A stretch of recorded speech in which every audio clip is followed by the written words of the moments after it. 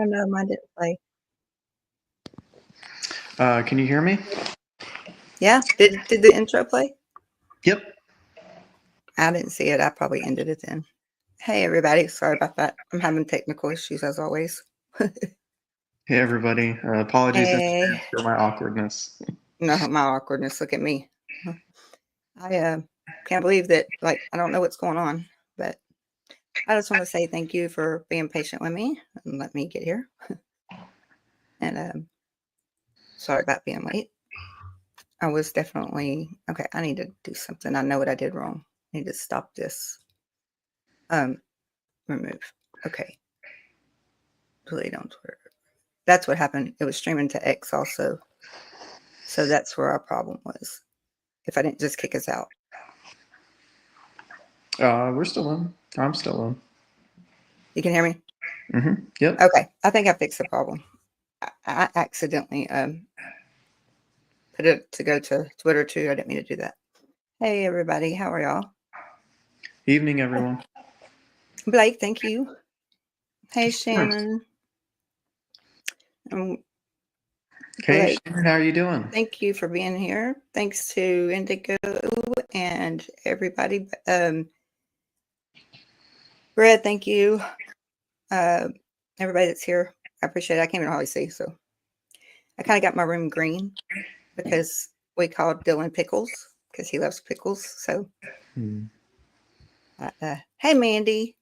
So I put my green. I put my green. I haven't got my lights up yet, but I really have. I'm looking for. Hey Violet. I'm looking for my aunt. I saw her a while ago. Was she in here? Yeah, I thought so. Okay. Could have sworn she was. Yeah, I was looking for my aunt. Hey, there she is. Okay, she's here. Okay, I just texted you. I'm sorry, Aunt Dana. Okay. Yeah, I'm sorry. I'm not even. Okay, my aunt. Thank you. I Oh, can't see thank you. hardly. Thank you. My Aunt Dana. I just want to tell y'all. She was there that day. Okay, then we got a phone call. She's the first person I called, and she didn't even hesitate. We drove 2 hours in the pouring rain, and she was with me the whole time. So I wanted her here. Today is my grandson's anniversary. He took his own life. Do trigger warning. I'm sure everybody knows that by now, but he took his own life due to cyberbullying in a suicide pact at school. It was rough. Still is today. She said, I can't get on. She was here. Okay. All right, just be in the chat. She didn't get my StreamYard link. Okay, she's there. Yes, this is a trigger warning, so I'm just going to tell everybody right now, trigger warning. And if you don't want to be in here, you don't have to be. I understand. This is just something I felt like I needed to do. Thank you for being here, Blake. Everybody, Red, Mandy, Indigo, and everybody that's. The world. I see everybody. I just can't. Kind of got the lights down because I don't want my. There you go. Thank you, Indigo. It's for Dylan. Yeah. So when you got a 13-year-old that smiles all the time, nothing bad. He smiled. He was just a spark. And pickles. We even put that on his tombstone, pickles. He's a good kid. Real good kid. Red will get it, Mandy. Yeah, Mandy probably should be up here. She's the expert in this. I'm not. Red, will you drop her that link, please? Thank you. Yeah, we drop you the link for uh, we didn't have 988 then. I'm so glad and thankful for it now. But I don't think it would have mattered because he didn't have it wasn't like he was I don't know. I don't know. I don't know. He was a good kid, and that's what he was as a kid. And, he'd have been 21 right now. Gosh. No, Red's back here. She'll send Mandy a link. He'd have been 21 right now. Hi, Hamina, thank you. Hey, Kimmy. I'm gonna try to get through this, Blake, without, like, making everybody in the world cry. So but I wanted to introduce y'all to him because, he was a special kid. He loved to okay, ain't no good. I love you. I'm glad you're here. Like I told everybody, you're the only one. I mean, you're the first person I called, and you didn't hesitate, and I'd never be able to repay you for that. I think I'm just really upset because my kid's hurting. When your kid hurts, you can't stop that pain. Yeah. And I know it's just been a really long and really hard couple of weeks for you. Yeah, it has. So I mean, Yeah, it it's. has. I mean, we're not made of stone. I mean, this. That's Feel whatever my you need daughter. to feel. That's my daughter Amanda. And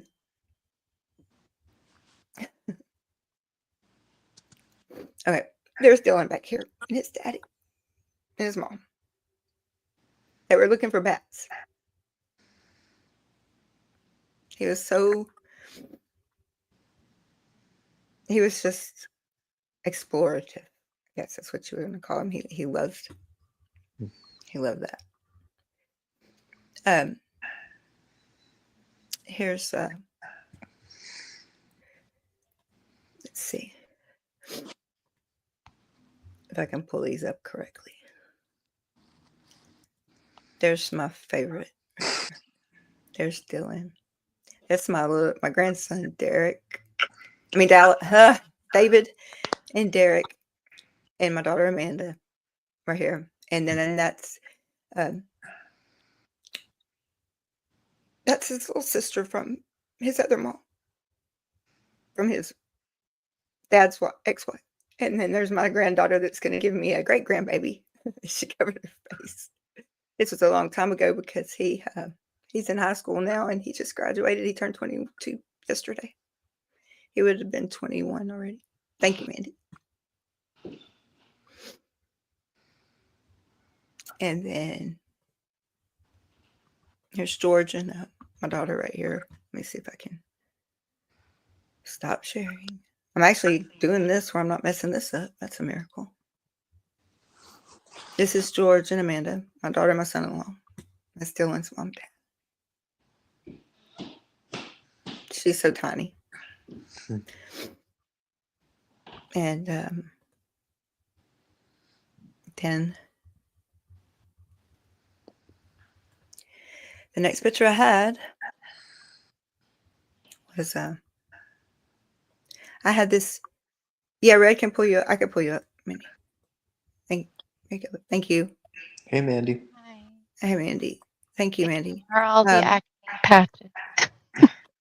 This right here was a lady made this for me after his funeral.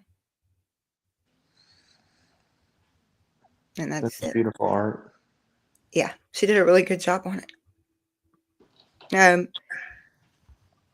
We I didn't go in. Or a big bad paramedic or not. I can't go in there and see that. So I couldn't. But that is that's Dylan Pickles. I lost about all of my pictures of the kids and everything during the hurricanes. So when I said I don't put my stuff out on the road like they had us all do twice, just everything you owned is no good anymore. Yeah, I refuse to do that. They tore my house down with it in there. I'm not gonna let people go through my stuff when you have stuff like that. So that was a little weird. Thank you. I love y'all's support. All of you. You're so amazing. Everybody handles this kind of stuff differently. Mm. For me, with both my parents, I laid with their bodies for a while. And some people think that that's weird. No, I don't. I can go in for adults. I just couldn't do it. I can't see a baby or a kid like my 3-year-old cousin, my Uncle Alan that died last year. His 3-year-old, his son died at 3, drowned. I couldn't go. Yeah, And it that's wasn't, I can't do it. I another can't. layer of heavy. Yeah, I couldn't do it. So, Barbara, thank you for being here. To everybody, I see everybody. I see Misha, everybody here. Thank you, Crystal, Violet. I see all. I just please know that. How old was he? Man, he was 13. He would have been 14 the next March, but he would have been 21 right now. And yesterday they were off. They were out of school for Thanksgiving, and they were out like boys do. Trust me, over here in Louisiana, we lived in Louisiana. They raised on gun safety. I mean, the kids are born carrying guns, gun safety. They have to go to safety classes from when they're like in, 5 years old and up. I mean, that's just what, backwoods Southern, but that's what they do. And they all had gun safety. They all had to pass all their little tests and everything. And he was 13, and his brothers was 14, and they were squirrel hunting. And they know that I cannot handle animals being hurt. So they don't tell Mamie. I was Mamie. They don't tell Mamie when they're going to go hunt animals. So I'm like, leave them alone. But they went in, and his sister from her mom, but the same dad, got in the shower. They were at my grandbaby, my oldest, their oldest sister, Carrie. They were at her house. And she went to her bedroom and shut the door to go to sleep. My daughter, it was only 4 of them there. Dylan, Michaela, I think I want to say is her name. I don't know. I haven't heard. My mind's gone today.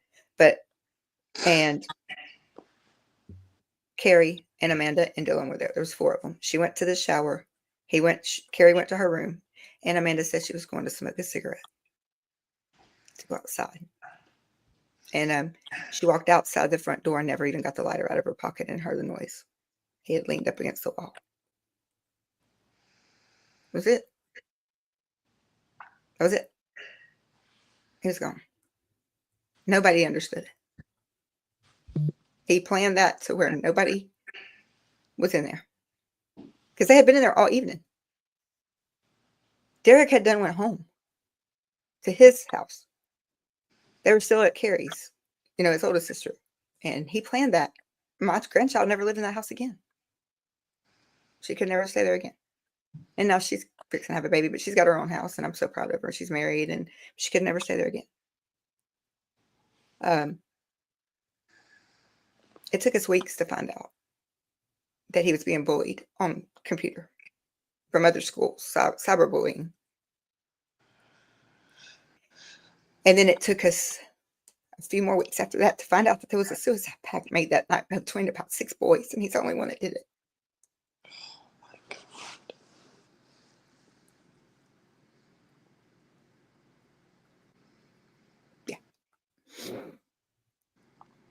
God. There definitely needs to be more education in the schools about this kind of stuff. Yeah. Definitely don't go along with your friends. Yeah, what kind of friends are that?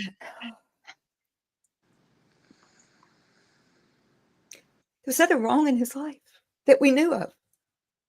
I don't understand. I'll never understand it. I can't understand my brother-in-law that did it, but I understand that he was an adult and that he felt like he was letting my sister down, and he lost his job and they couldn't conceive. And he felt like his life was falling apart. And I mean, I can see that. I can't see what would make a 13-year-old think there would be no tomorrow. Or someone who wrestled with that from a very tiny age. I understand those feelings, and being a teenager sucks, especially when Yeah. you're bullied. And I didn't have the internet, but I was bullied in person pretty much my whole life, to the point where sometimes I had to stay home from school because they'd be waiting outside my house. Oh God. See, that's got to stop. Y'all, we have to stop this. There's nothing I would love more than to be able to say Dylan Wilder, he spent his life to stop someone else's from getting hurt. That would be amazing to me. He's not the only one who has done that. It's extremely difficult when it's a child. Yeah.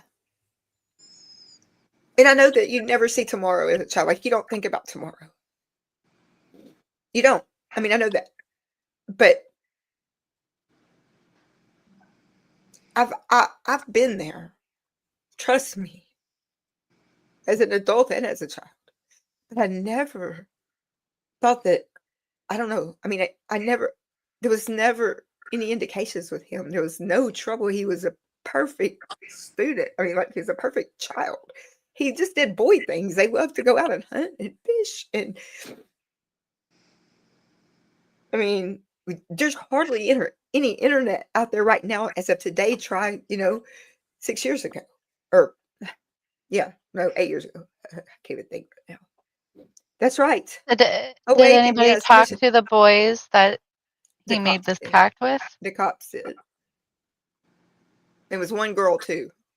We found out. I'm wondering if that's not. I'll never know.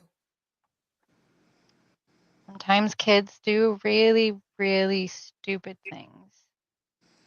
And Misha's so right. Being aware, be aware, watching what our children are doing online. It's not invasive. It's protecting. Yeah, these days, It's not just online either. No. I was gonna say, when you're bullied at school, like I guess I was lucky that we didn't have it the internet like they continues do. online.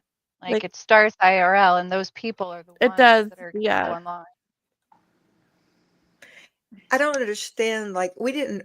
I mean, we had the dial-up AOL. Like AOL. Like the. Yeah, that's what I started with too. Yeah, I mean that's what he Yeah. had. And it made There was that no horrible regulation. bonk sound. There was no if regulations either. Yeah. I've definitely went into some chat rooms if I somebody shouldn't have been tried in. to Adults, stand up for those bullied children, parents, teachers, classmates. If you see it, say something, do something. I took up for several bullied kids in school. Yes, Dana, you did, and you stood there with me that whole 2 days. Yeah. You sure did. I think it's really tough as a kid to not cave to peer pressure. Like I was bullied a lot. And contributed to a lot of heavy stuff when I was a kid. And I think that if you feel like teachers see what's happening and the system is taking more and more powers away from teachers to physically do anything about it. And I have an issue with that because the last thing I wanted to trust was an adult. It doesn't make sense in retrospect as a 34-year-old now, but if you're told adults are if you're supposed to be there to help you and they can't step in and they don't step in to stop the bullying, it's like, how do you know that you can actually trust another adult? Like, it's not a logical thought, like, 'cause you don't have No, you don't know, have you're a the kid. developed brain. Your brain is not that developed all the way yet. And I mean, kids that age make mistakes, and they're gullible, and their anxiety probably is at an all-time high, and impulse control, there almost is none. I've made so many mistakes because of poor impulse control and just like always feeling like I was doing the wrong thing. And my anxiety even now is like I feel like I can't talk to my parents about stuff. And I mean, kids do things that end them up in situations that they don't understand. And I totally understand that anxiety of, like that fear of the unknown, or Yeah. having to explain what you're going through, and all the things that, kids typically think are going to happen once the people of authority or in power are going to take it to the next level. It's scary. And just being that age, at least for me, was a very scary and awkward time for a long time. And I mean, I just wish I more was dumb. I was a dumb kid. No, But it's Barbie feel says I like made we really all bad were like choices as a teenager. It shocks me to look back at how peer pressure influenced me so much. Right. Right, Barbie. exactly. I People picked became on me like because I was very quiet and didn't say anything. I wasn't a rat. I didn't rat people out. That's how Um, Dylan was. He didn't. so I He was was a such a good kid. target because of that.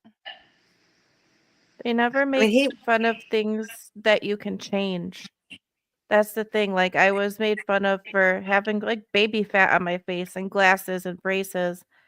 And so and then when I dove into studying, like this is why I'm really good at trivia, is and storing information I'll never need ever, because I just dove into school. I was like, fine, if these people are gonna be jerks and they're gonna make it so I can't have any friends, I'm just gonna focus on my schoolwork. And I got made fun of for being a teacher's pet. So I was like, okay, I can't win. You can't win. But little did You I can't know, like, win. if there's any people with young kids, like, really tell them, you don't know how much adults in your life, like your parents and people who care about you, are working behind the scenes. Like, I just What, talked to my mom what did the other you want to day, say? I like You know literally that? about Read it. Read it. I Can I want read me that? to. I don't care. I just can't see. For kids, their world is small and their problems are huge. The internet brings a huge world into their head without parents seeing what is happening. I went through this with my daughter as a teen. It was 5 Exactly. Very schools, guys. 5 schools. yeah. 5 schools. This was happening over the internet. Not to mention the bullying. I'm saying this was 5 schools that made a pact. Kids at each school. How does that happen? I don't know. It's just one of those questions I'll never know. Nobody will. But it's just the fact, how does that happen? This is something that I made a thing a couple months ago on here, one of our shorts about cyberbullying. And someone come on there, I'm not sure who it was, but they just like, well, just stay off the phone. Just keep your kids off the phone and keep them off the internet. And I'm like, not that doesn't, that's not the point. yeah. Oh, well, it is the point. Just put the phone down or put the internet down and don't worry about side. Then there's no cyberbullying. I'm like, I wasn't going to argue. You can look at the comments. It's on the short video on here. I was like, I'm not going to argue with this anymore. I got the grandson that I have to go to the cemetery to, not you. The thing is, I don't think it ever will. It's human nature. And for me, my bullies were people who had broken homes. I had a broken home too. I was just very different. Either you turn your anger outward or you turn it inward. I always turned mine inward. That makes sense. I was One of my bullies as an adult actually apologized. See, I turned it what did the on Wicked say? myself. Like, Sometimes it takes them having kids to kind of realize what kind of Haley, damage they had done. Haley, how did you turn it on yourself? You're such a beautiful person. I mean, where else was I going to turn it? Not on other people. Yep, I got lots That's of just the scars. truth. That I mean, internalization. that's another sign to look for if your child has a certain personality. Like, if I had gone from being studious and quiet to punching kids and really being the It was good. opposite of who I am. Or if your kid is usually talking about how much they love school and then suddenly they hate it and they don't want to go, like figure out what's going on because it's like it's really complicated and there's so many layers to it. But my parents did a lot of work behind the scenes. Like I was blessed with good parents. And the only Yeah. reason they didn't move schools is because I was 1 year away from graduating into high school, and, like, the high school was so big that at that point, like, there would be too many other kids for, like, my exact bullies to target me, and it did kinda work out that way. But yeah. I don't know. It's so weird. Like I sit here and think about it. I think about him all the time. It's not just today. I knew today was going to be hard. But I think about him all the Yeah. time.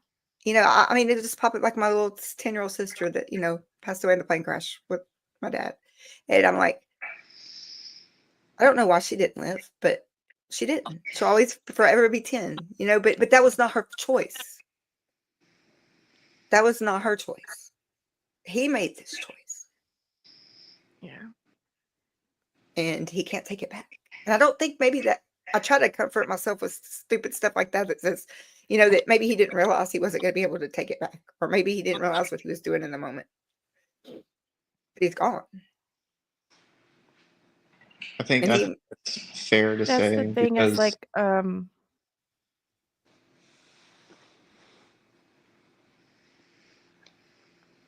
don't know. go It's ahead, Blake, sorry. oh no, you're fine. I was just gonna say,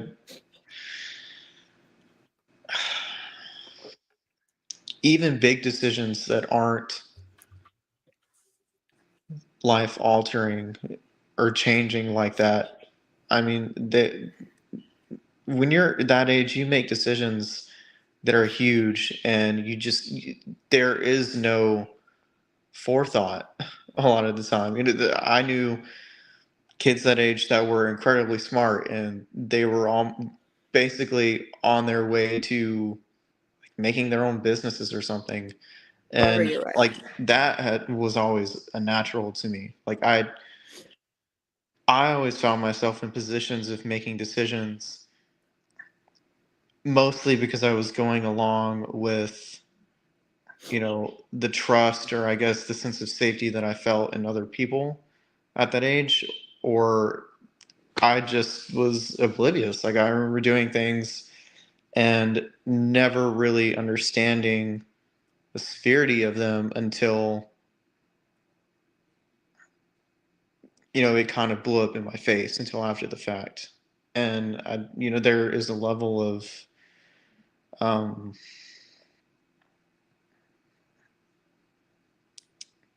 I don't really know how to describe it, but I think that's safe to say, Keela. I mean, for someone that is going through that kind of thing at that What age did, every day what did in my Aunt school. Dana say? I saw her put a comment. I didn't see it. She Red, you got says, it? Okay. Yeah, you're right, "You're right, Keyless. Keela. Go ahead. I seen Doc on suicide that didn't." Oh, it's kind of hard to. They didn't take. They all said it Oh, was I think very that they didn't follow through or didn't complete. yeah, Yeah, and they regretted it. Like I think she's saying, like Are they? they didn't Is she talking realize about that. the people who survived? Yeah, the survivors. yeah, or like older, maybe older, like when you're an older teen or like young adult. And I I seen the think one like with the guy jumping off the Golden Gate Bridge, and the one that I'm sure everybody knows. Yeah, yes, and Dana, that's the one I was saying, the one that jumped off the Golden Gate Bridge and lived, and there was no way for him to live. But what was it, a dolphin or something out there that kept him up above the water? It was in California, and he regretted it the minute he let go. something.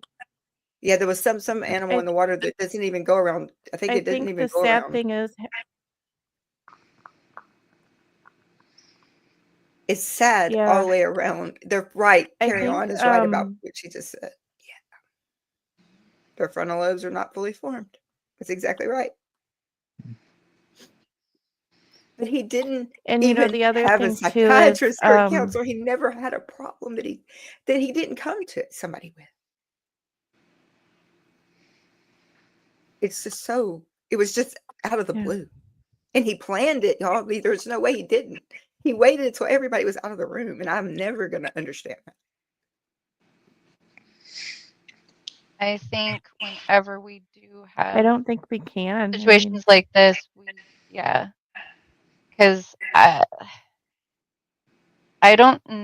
gave lots of signs, but no adult paid attention because I was seen like kind of as a problem and just too sensitive.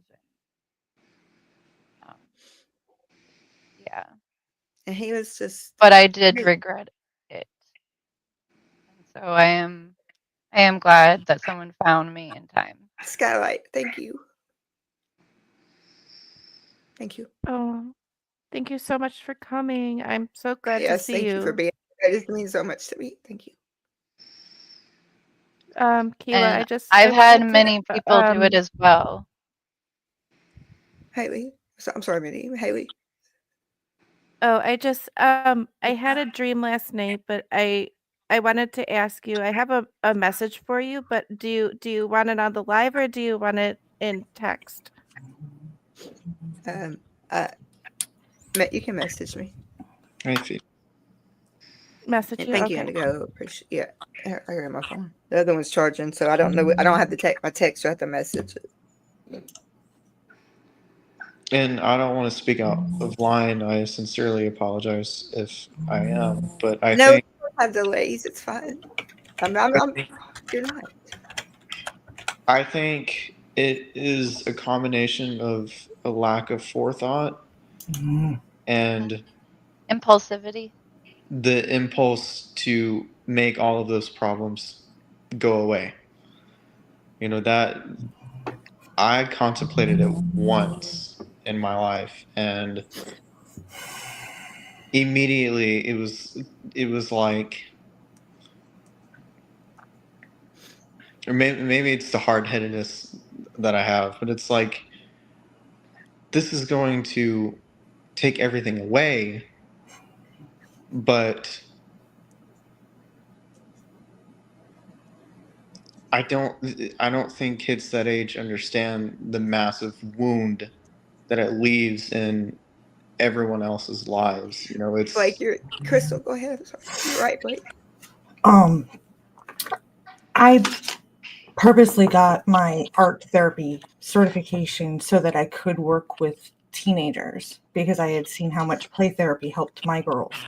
And I was coaching a very good friend of mine's 12-year-old daughter who was confused about her sexuality, about everything. And when I say that there were a mean girl clique at her school, they put the mean girls to shame. Wow. I don't know if you guys know what a Baker Act is, but Yes. I actually had to have her mom Baker Act her 3 times because the girls at school kept bullying her and telling her, why don't you just go kill yourself? You're not worth anything. Things like that. And the teachers did nothing. It's got to stop, y'all. I actually have a anti-cyberbullying panel that I had done on my channel and it's worse with social media. We're all victims of that here on this panel, Crystal. Mhm. Just so you know that we're all victims that are sitting on this panel right here. We've all been that. And not too long ago. I mean, still some. I mean, I personally have been a victim of cyberbullying by my abuser, all the way down to the whole revenge porn. Yeah. He tried to do all of it, so I do get it. When you were talking about gun safety, I was raised that way. I shot competition in the pistol with South. my dad. Yeah. I mean, No. we're all, Those I two. carry, I'm sorry, but I do. I carry mine everywhere I go. I'm in Texas. I'm in the South. I have my certification. I'm going to What part carry of Texas? it. Southeast Texas on the Gulf of Mexico. Well, no. Matt's family is actually in Galveston right now. Oh, I'm in Orange. That's what I was Beaumont. Yes, sir. Right there. But what people don't realize, well, in children, you're right. I do agree. They don't understand the gravity of Yeah. suicide. They don't understand that it really is it. And if they do, can you imagine the level of pain I can't. emotionally that they That's are where in? I'm at. I can't. If y'all would have known him, he wasn't nothing different about him. Ever. And We they don't don't, know what happened. they won't let you see it because they don't want you to. They're trying to protect you of it, but Yeah. inside they're dying. And This it's kid one of the, just yeah, I can it's, unfortunately understand that. how are we Um, ever gonna just- stop this? yeah. Christmas of 2019. The only thing that literally saved my life was the fact that I heard my children playing. Wasn't that I wanted to see them grow up. It's I couldn't leave them with the monster that was their Right. father. That That's was the only thing the that kept me formation alive. of thought. No, because I was literally trying in that moment because I wanted the pain to end. I wanted to be with my dad. I wanted it to stop. I was just in so much emotional and mental pain. I don't condone suicide, but I also don't condemn. I don't. Because think about Thank you, Haley. how much they actually do think about it. You know, they I can say don't want to from be a burden on their families anymore. They feel like they're unheard, unseen. Nobody will miss them. Nobody will care. And it's none of that's true, but that's what they're thinking. They don't want to burden you anymore. They don't want. But it's A the lot most of selfish That's thing that how you I can felt. do. Mm, when I was a kid, and I saw it as like I understood it though, because I had early, I think my grandma and my uncle I was really close to died when I was really young. And so death was permanent. But at the time Yeah. it was like, it was never ending. The So first here's time, and then the second time when I was in my 20s, I was an adult at that point. here's where I'm at with this. But Okay. yeah. I guess it's been 8 years. Is that what I said? Yeah, 16. This is 24. Here's kind of where I'm at with this in my thought process. And I'm in mental health, and I can't. There's no the trauma there. There's crosswires. There's nothing ever going to straighten out for me in that. But as an adult, okay, so we don't want to leave all this on our, But in 2016, I just want to know. In 2016, I know what I was going through as an adult. I was right in the middle of a divorce, and or headed there quick. It was almost around the corner, and my daughter and my son-in-law they live 2 hours from me now in Louisiana, and only because their dad and I got divorced, I come back home to where I was raised. And 2016, they lived in Louisiana in like I'm talking there's like 2 red lights in the whole town. So all the area schools are just K through 12. Like the whole school. They're so small. And it's like five schools had this going on, and my grandson was the only one that did it.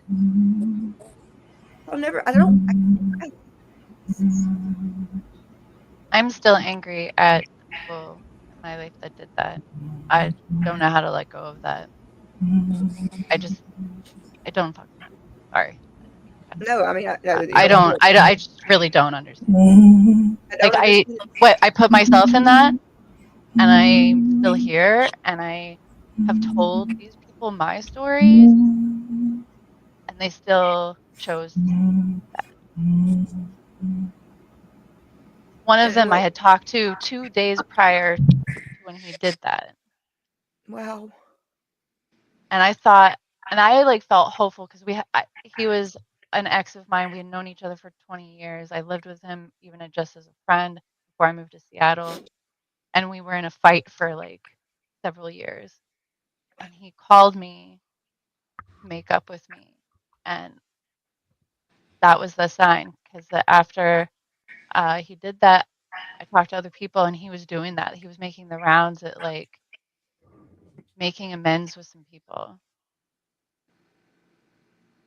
And then I couldn't get a hold of him 2 days later and found out that's when he did it. I understand being angry with the ones that do it. Honestly, when my sister didn't just outright kill herself, she just gave up, and I was angry because to me there was no reason.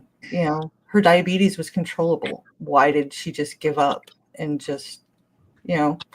And then a very, very good friend of mine took his life. COVID, I lost 23 people. We lost so many. 3 to COVID, and that was it. And I was angry with Damien for giving up like that, all over a girl, you know. And he was an adult, you know. The pressure that teens are under, we really need to talk with our kids. We need to make them feel safe, that they can come to us no matter what, and we're not going to judge them. We're going to be there. But not only that, but That's just right. educating them on the dangers of the internet and social media. Yeah. I read an article not too long ago that said that this new generation of kids is the loneliest generation because of social media and being isolated on just their tablets or their phones. Yeah, that's all they could go to school and learn on. It was the internet. You didn't walk in on your kids. I mean, not Dylan was already gone, but I mean, like in the last 4 years, what you don't walk in a room when your kid's learning online, but you don't know what else they're doing online now.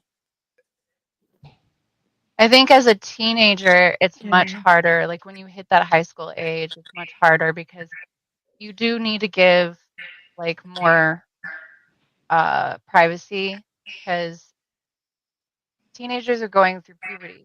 Right? Each Right group here. or each age group has Yes, parental controls and different appropriateness I on agree. how to do your boundaries with giving privacy, but also like talking to them Yeah. about stuff.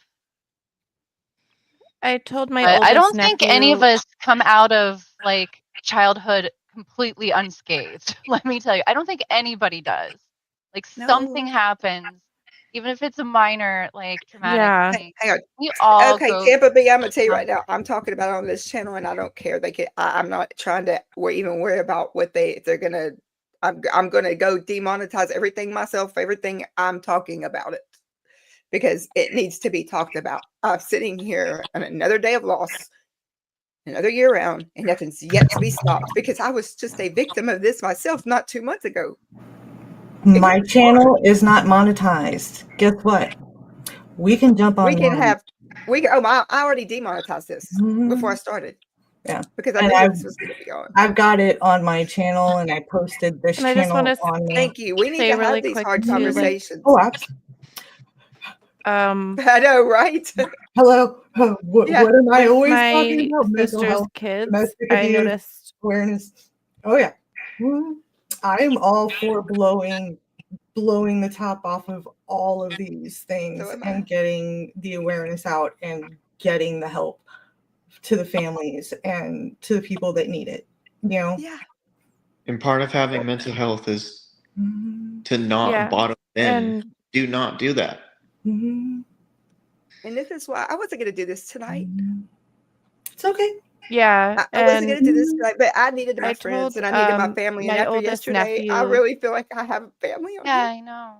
I'm supposed to be writing tonight, but I really my feel like book's I coming made a out the family on here. 21st. But hey,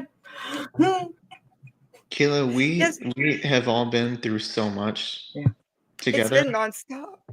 And We've been bullied. We've been hurt. We've been But we're just blasted. getting But we're through here. it. I Yep. know, Keela. And We're all when getting through it. And everybody you know calls what? it a village, Like, I call us a I flock. just want to say to anybody who's listening, like, you're not alone. Yeah. And if you're a child, and I told this to my nephew, he was being bullied at his old school before they moved. I gave all my nephews little journals for Christmas a few years ago, and I said, okay, this is for you to do whatever you want in there. Or if you're going through something and you're not sure how to talk about it and you want to show it to me, I'll keep it private unless it is putting you in danger to yourself or if you're in danger from other people, because my job as your aunt and your parents' job as your parents is you. Yeah, that's You know, I told him, a good thing. I'm like, you are our world. Because There's sometimes always, kids there's have a hard always time a going to their parents. tomorrow. Absolutely. And that's the parents' fault, honestly, for not making it a safe space. I don't think Yeah, but that's also I totally think true when you're from my Yeah, it's growing not up, always sometimes true, there's but things you don't want to tell your parents. So that's why it's always good to have another family member or person you can trust to absolutely. tell Ben, I certain wish we things. had 988 back then. He would have probably used it. A very, very good friend of mine, Dr. New, went through her nephew was about the same age. She's actually sharing his story about bullying and everything, because that is a form of abuse. So she is sharing that in the Survivor anthology that's coming out on the 21st. Really? Oh, wow. Oh, yeah. If you want to write, Mac knows how to get a hold of me. Awaken knows how to get a hold of me. Body Illusion is also sharing a chapter in the anthology, and it's Nice. going to be an annual project. So That's if good. you're not ready to That's write so now, nice. got until next year. Barbara, see, being silent about this topic only makes it worse. Kids need a safe place to discuss every aspect of this topic. Yep. And when I said about sometimes Yeah. kids can't go to their parents, that maybe your parents are your bullies. That's true Your too. grandparents are your bullies. Like every adult in my family, even the ones that didn't bully me, they let it happen. Mhm. So I literally felt like I had nowhere and no one to talk to. Like if you opened up any of my journals, I journaled like crazy. Like you could see someone that's extremely hurting, but nobody paid attention to that person. Okay, so okay, you know what, Wendy? Ask, don't tell. That was our feeling generation. invisible Thank you, Barbie. is a Thank you, really Barbara heavy and Barbie. feeling. I mean, that's why I do this advocacy work, because I don't want kids to feel alone. That's why I'm a Mandy, the first time teacher. I met you, Yeah. the first time I met you on screen, together, you said, "I love your shirt," and it was the same shirt I was wearing right now. And you said, "I love your shirt." Well, And that's when I showed you, yeah, my can't really. semicolon, my If I do semicolon this, project. Wait, yeah, right there. That is why I'm so into the semicolon. It's because It's hard to read on screen because I have to turn my wrist at a bad angle. Oh, it's beautiful. Oh my god! But this says alive Oh, for the Haley, same reason. Crystal, that's beautiful, Haley. That is beautiful. I just saw the music notes and stuff. Look at that! It's beautiful. That is amazing. Wow, It's two that's stunning. stencils that I put together. Honestly, ironically, you're gonna laugh. A $20 toy that you can get at Walmart for magic markers the Crayola air spray and use just regular watercolor, like Crayola markers in it. And that's how I was able to get that. Art's the communication of the soul, right? I mean, we're writers, two of us. It's so weird. Any kind of I'm the vice art. president on the Country Music Board Association. Like I literally am the vice president, y'all. And I'm like, Oh, please. I've seen Reba twice, once with Brooks and Dunn. I love country. I listen to all of it. And I music, just, Same. I love a I'm lot like- of music. I'm literally friends with so many people, and it's just like I haven't even. Well, the pandemic started my social anxiety where I couldn't even get out, and then I've been to 2 concerts since then, and they were only because 2 concerts and a comedy show, but and then I have one planned for. Well, I had one planned for February 8th. I'm sure I'm not going to get to go now since I'm going to have to have surgery. I'll be laid up again, but somebody will get to use them. But my thing is, front row, don't go. I'm just. I got to see the Beach Boys holiday concert front row. Oh, that's so cool. I even went- have one of the pics from them.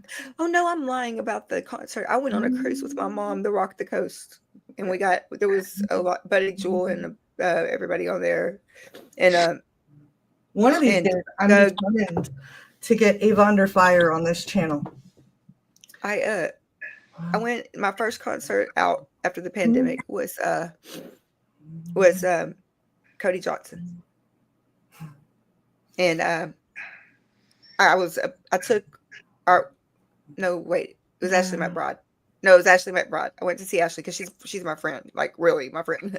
And so me and Ashley, I went to see her, and then I took our 19-year-old last year when she was turning 18.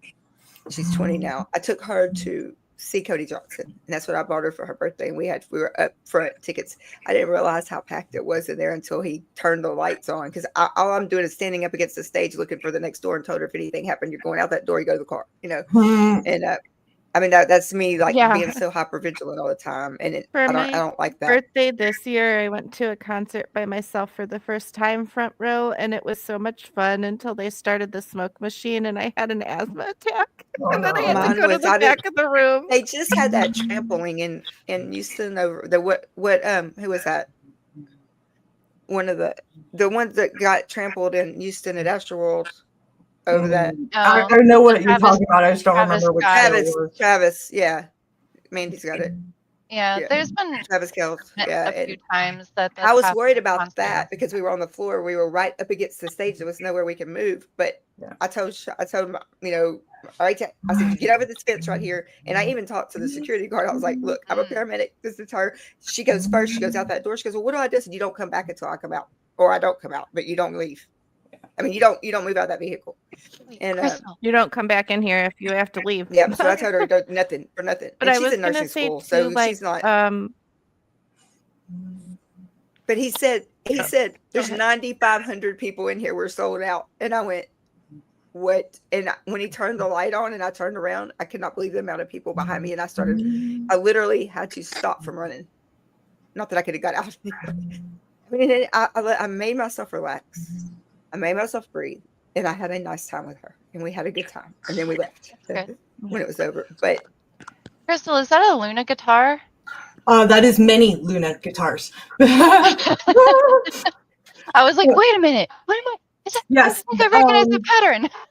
that is a Luna bass. and That that's is it's the why we made this Oasis, channel. the Phoenix, And I wanna the say- Rosa, semi-hollow. I have a full hollow, a Nice. 12-string, and the Awaken, that's why Girl, I you started could this just be a channel. one-woman band. Oh, honey.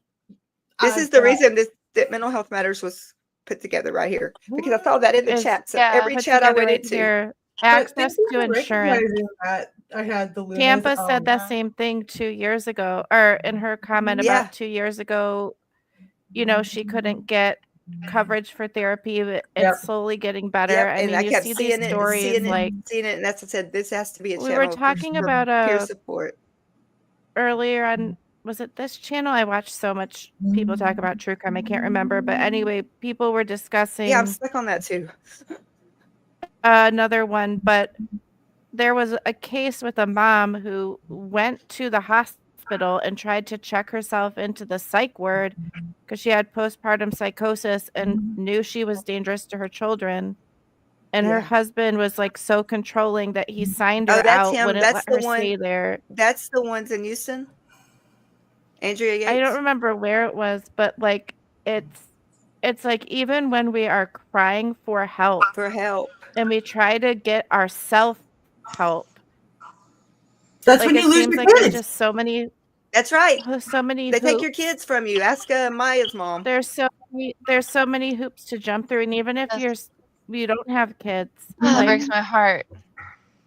Nobody listens. Just because you have like the strength is asking for help. yes, Yeah. Yes. Like, I asked always hated for when help. people told me I was so strong for getting through the things that I did, but I was like, I was suffering in silence. Like, like I feel like the strength What do came you from mean? when I first signed up for therapy. Hey, Yes, college. I feel the same way when people say, trigger warning, this is going to be kind of a tongue-in-cheek dark joke. But when people say what doesn't kill you makes you stronger, I'm like, no, I didn't. Right.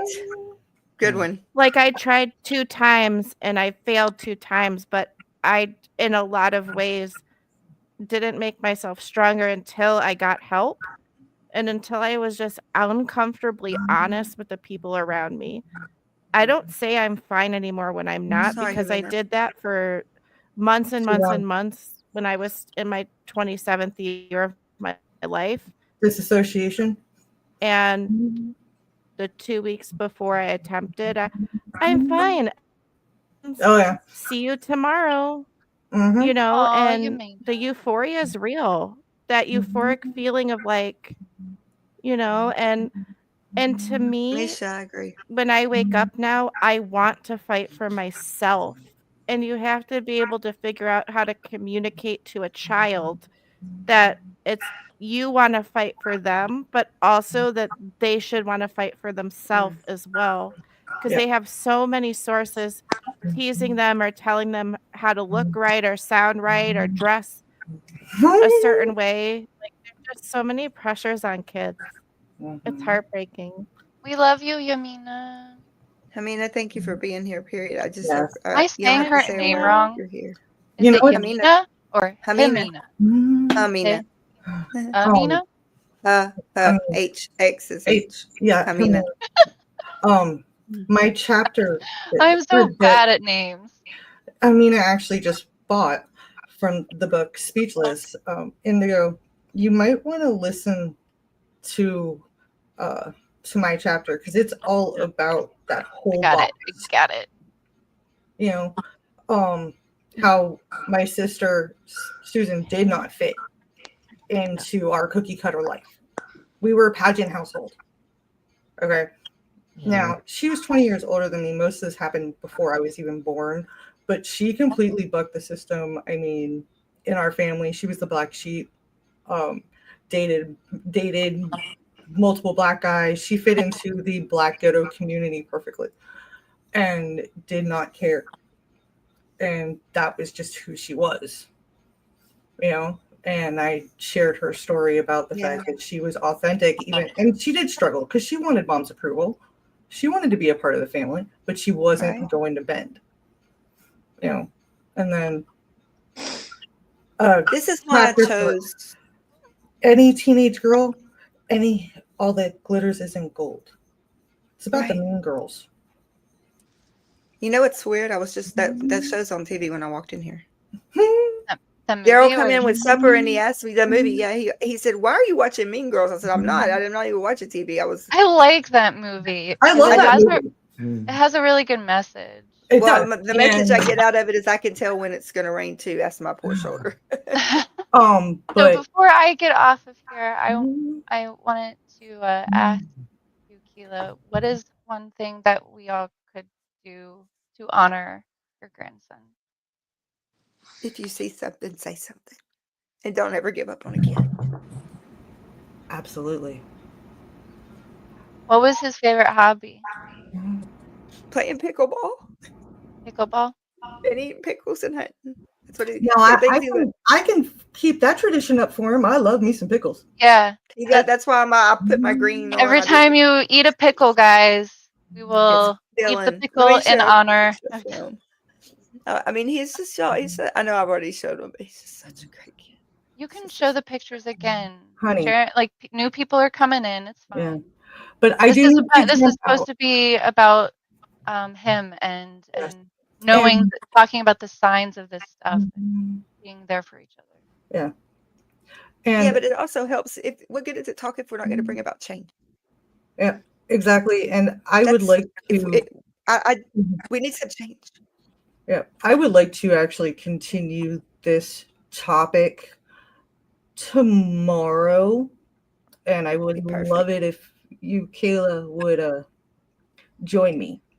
And Absolutely. I'm actually going to see if a friend of mine who is actually has a program specifically for bridging the gap between parents and children for this Oh my reason. God. Some of you might have seen her on my channel with is Sharon Byrne. She's a mental health coach as well. Neurospicy like the rest of us. She's great. And I couldn't even finish my class today. It was just like, so, but I gotta jump out. Big hugs. thank you for being here. Absolutely. Thank you. Hello.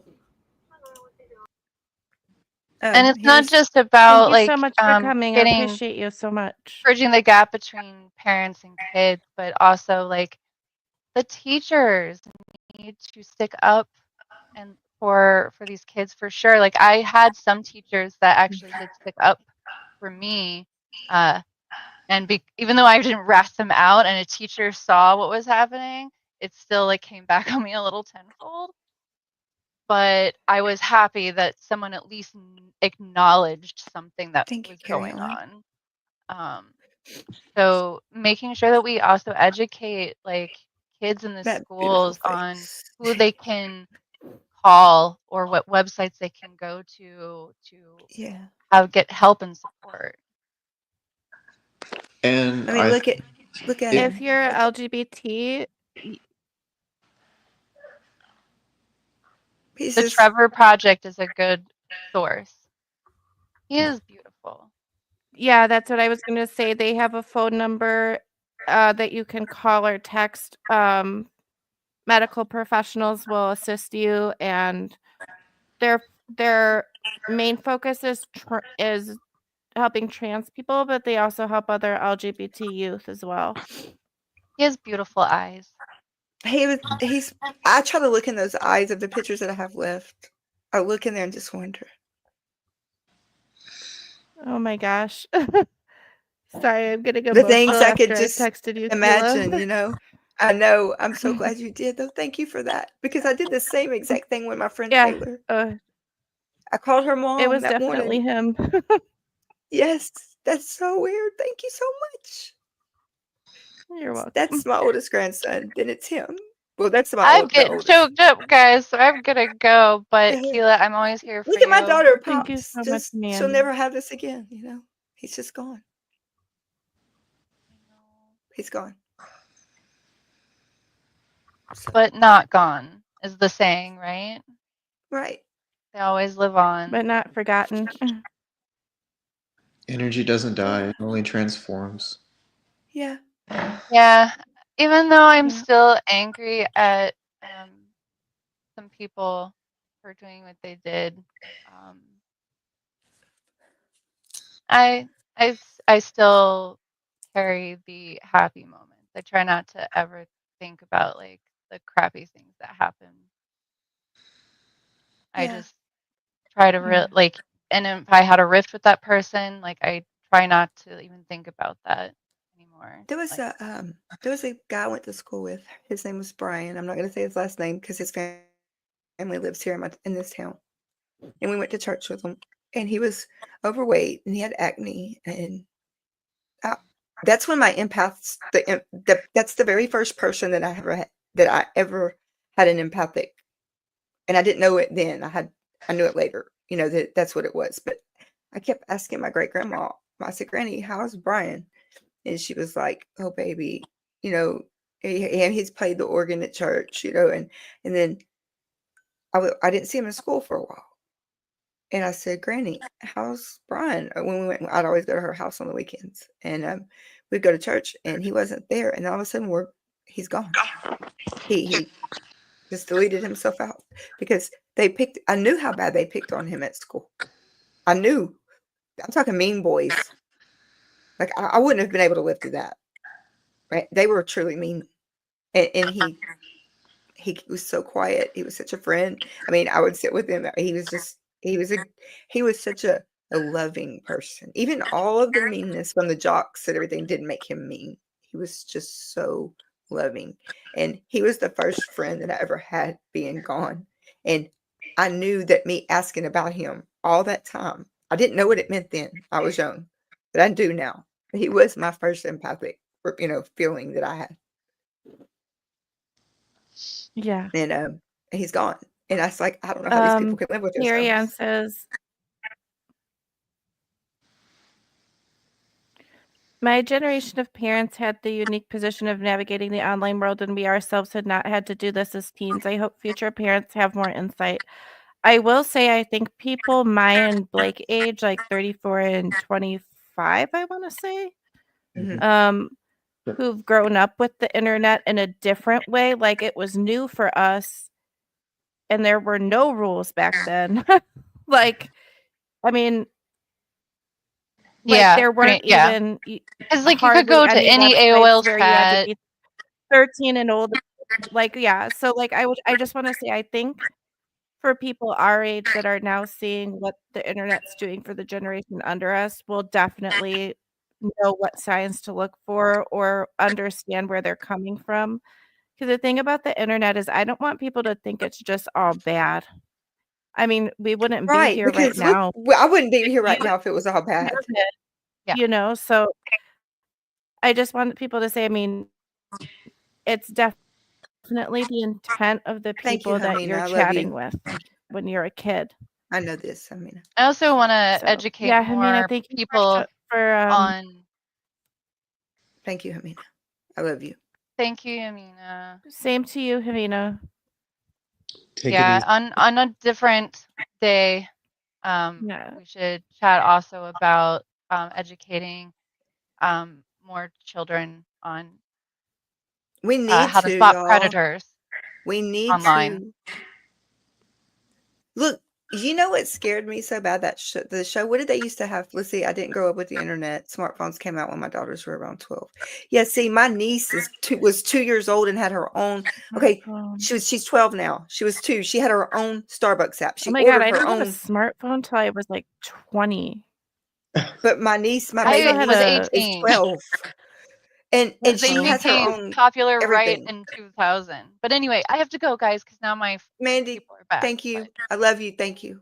I'm here for anybody that My needs lovely. it, especially Sheila. I I love you know. I love guys. you, and thank you for being up here with me. I appreciate it so much. And if you guys are in the Facebook group and you're having a crisis, we do have a red light chat that's meant specifically for a crisis. We have a lot of chats, but that one I just invited everyone to. So if you need it, that's a way that you can call out for help without, doing it on a live or anything like that. Because we're just not alone, and I like what Misha says. Wait, go back to Misha, please. Red's, where's Red at? There you go. Okay.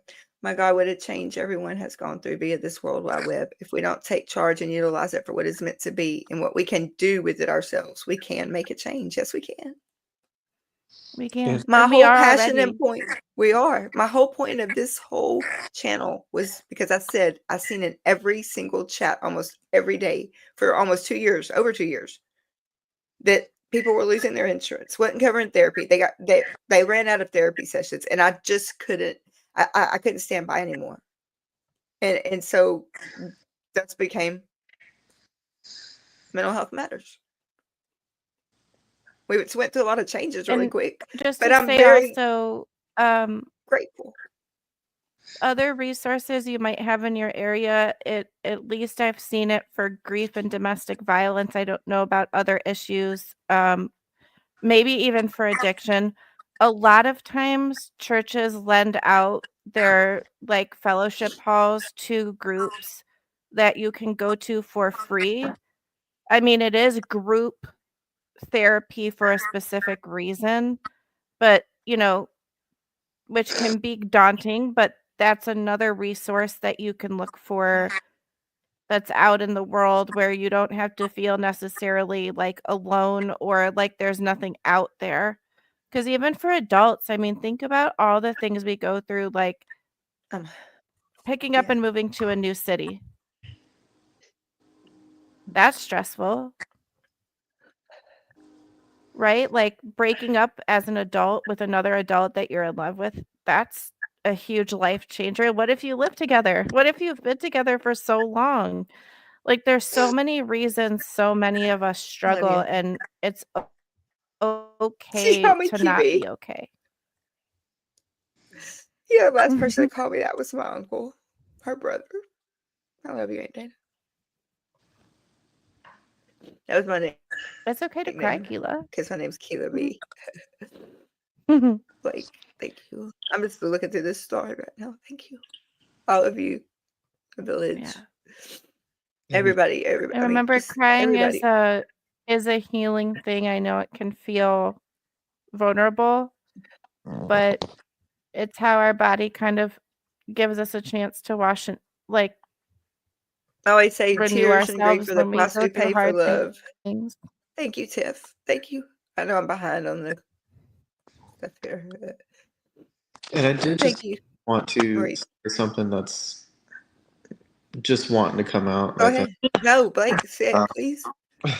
Yeah. I was thinking about, the differences that are in all of us, and the reason they are so important is, we wouldn't have anything if it weren't for people embracing their differences, or what is different about them, and embracing other people because they're different, and Right. embracing them for their differences. We would have nothing. No, because we're not no one the same. We have everything that we can see in front of us because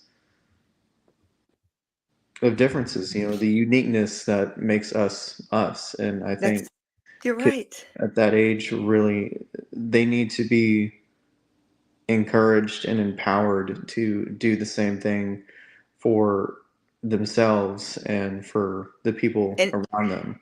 okay, And so like you're right.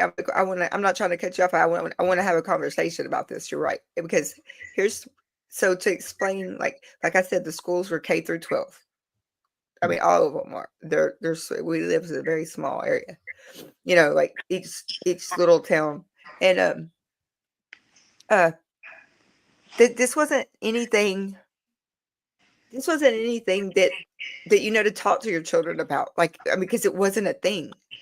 And it just wasn't over there. Like, it was everybody love thy neighbor, Bible Belt. Like, I mean, just, I mean, it wasn't, I mean, nobody's perfect. He didn't have the perfect parents. He didn't have I mean, everybody makes mistakes and messes up in raising kids and having so many kids and, and struggling for money and wanting to know what you're going to get for Christmas and things like that. And it's hard. It's just normal people, normal, everyday living people. Okay. But it was country people. There's no way to have that conversation. There was no way then because that didn't exist. Like we didn't even know how to talk to them like that. Because it wasn't like, I mean, they say that on four-wheelers and hunting and going fishing and whatever. They go walking towards the lake to the pond with their tackle box and fishing gear. There just wasn't that happening that we saw. I don't know how to have a conversation when you don't see it. I think maybe it's just the way my parents were, but they would just bring things up. Like if it's a topic that's just that society has put pressure on being taboo, or that they were worried that they they were worried that if they didn't tell me that I would find out from someone else who might not present the information in a safe way. So I think just figuring an age appropriate way to have that discussion or to normalize talking about how you feel, because I think if more adult men felt safe to even just express that they were frustrated, right? Or to just like cry when they're upset, to see that modeled could be so helpful because it could show young boys. I really feel for men. That's why we had that week of men's mental Being health. like born a female at birth, like if I just burst out into tears in an Uber, the Uber driver would probably be like, "Oh man, rough day." Yeah. Like it's almost socially accepted that women just like lose their emotions shit. randomly, right? But I think the what you do to yourself when you bottle it up is you're actually forcing a huge spike of stress hormones. And that's why a lot of times when men do get really upset, they explode. It's because you've literally created like a chemical cocktail inside your body.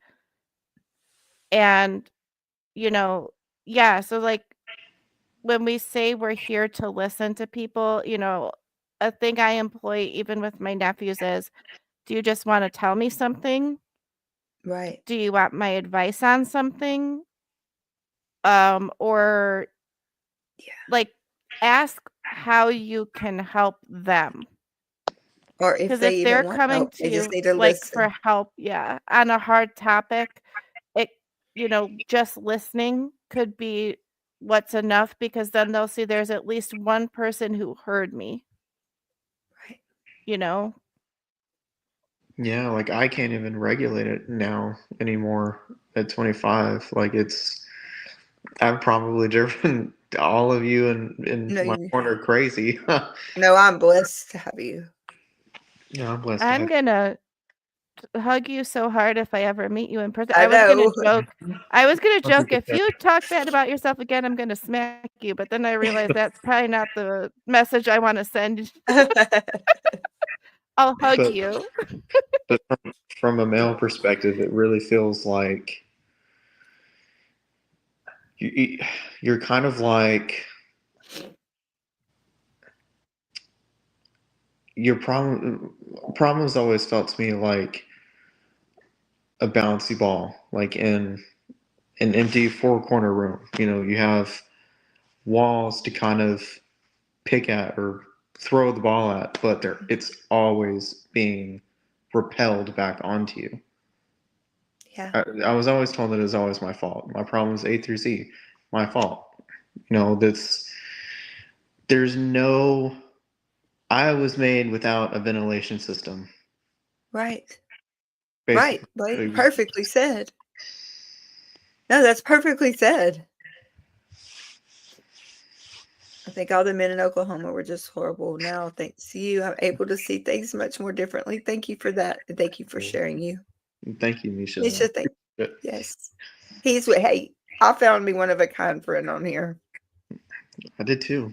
Several. Honestly, I feel like Oh, Blake yeah, I was have not several. prepared for me to was not prepared for my friendship. He was like, "I guess we're friends." I'm like, "Great, tell me your feelings." He's like, "I'm not ready for this." I'm like, "Okay." And then over a few months, I was like, "Do you have feelings? Do you have feelings?" Poor Blake, he was getting it from all sides then. No, but I mean, But and that's it the thing also. too is like, Oh, sorry.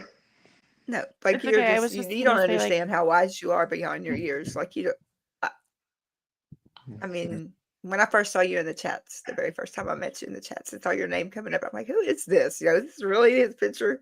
And I mean, I started believing what everybody was saying. Like the creators are like, there's no way he's that young. And I'm like, yeah, I think he's right. And then thank you. Thank you.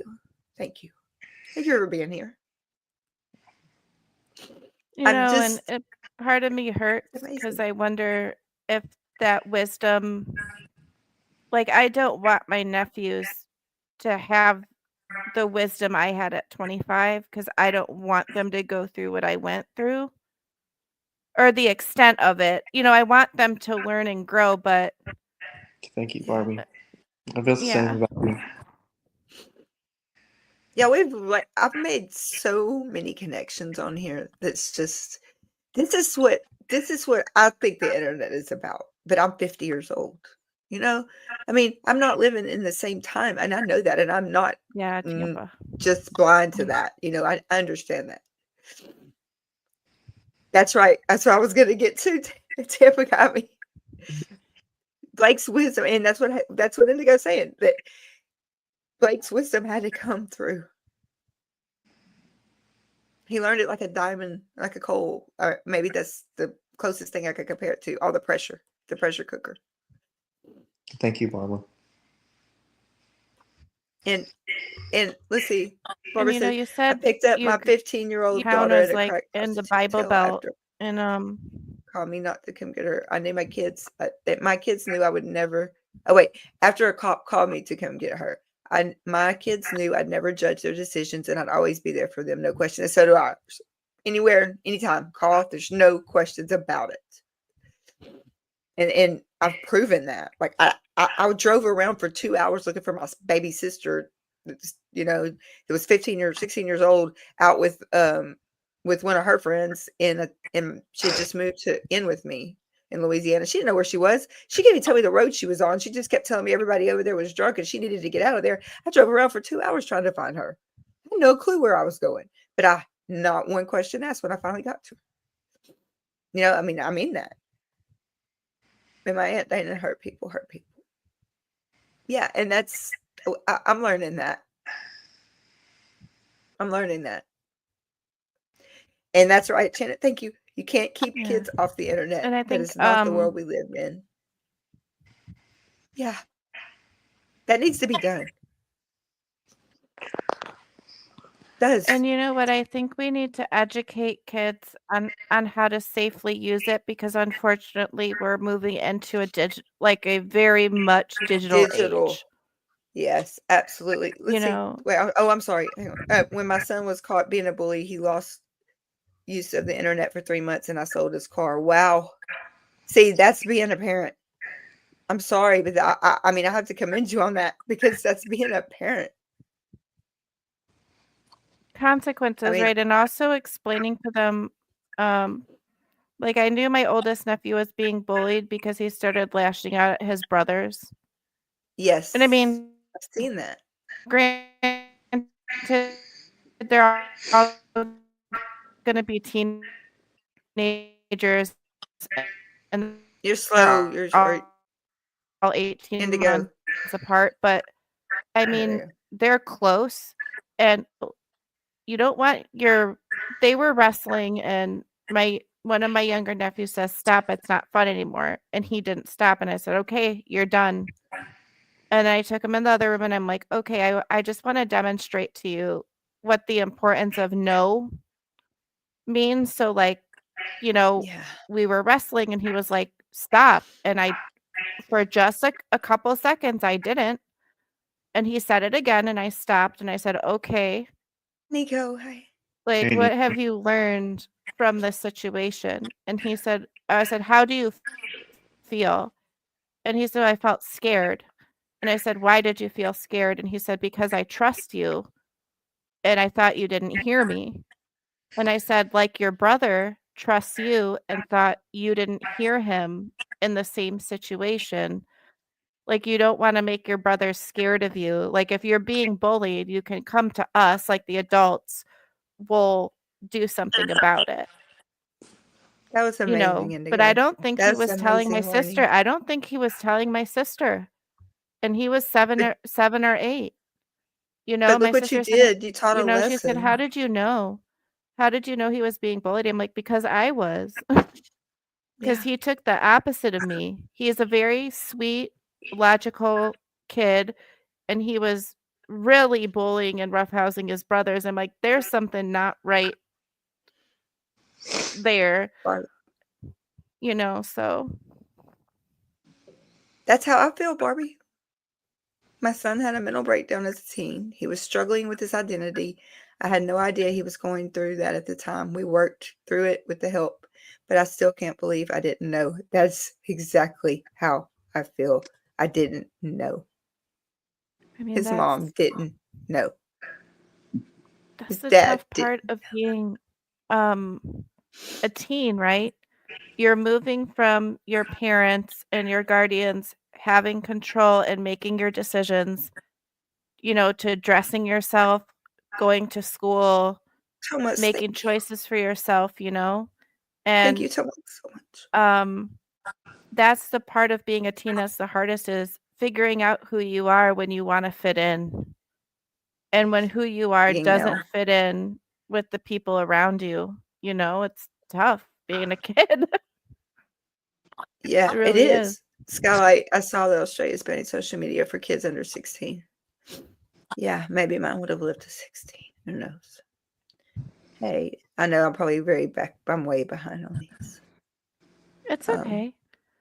No pressure, Keela. You should educating with love, parents and children, how to socialize, how to grow confidence, how to be.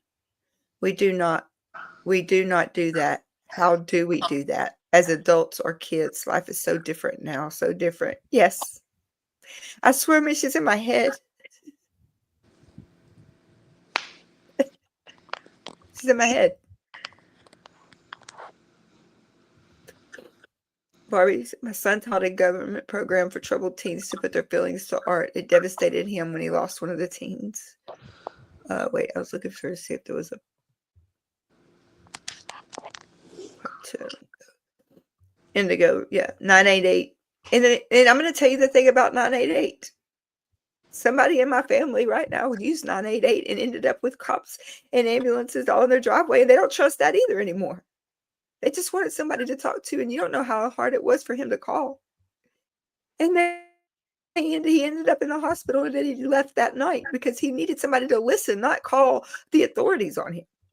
Well, here's the thing about 988, though. It's a unaliving hotline. If they think Yes, that it you're going to is. follow through with an attempt, it's their job to Oh, I know. send people out for a wellness check. And then if they go and speak to you and think that you are a danger to yourself, and I know that it can seem like, No, I'm on the side of 988 because that's what I mean. I work in mental health. I'm on that side, but then when but I can I see his do side see too. both sides. Yeah, that's what now I can see both sides. Now I can see why, yes, 988 saves a lot of people. I'm certain of it.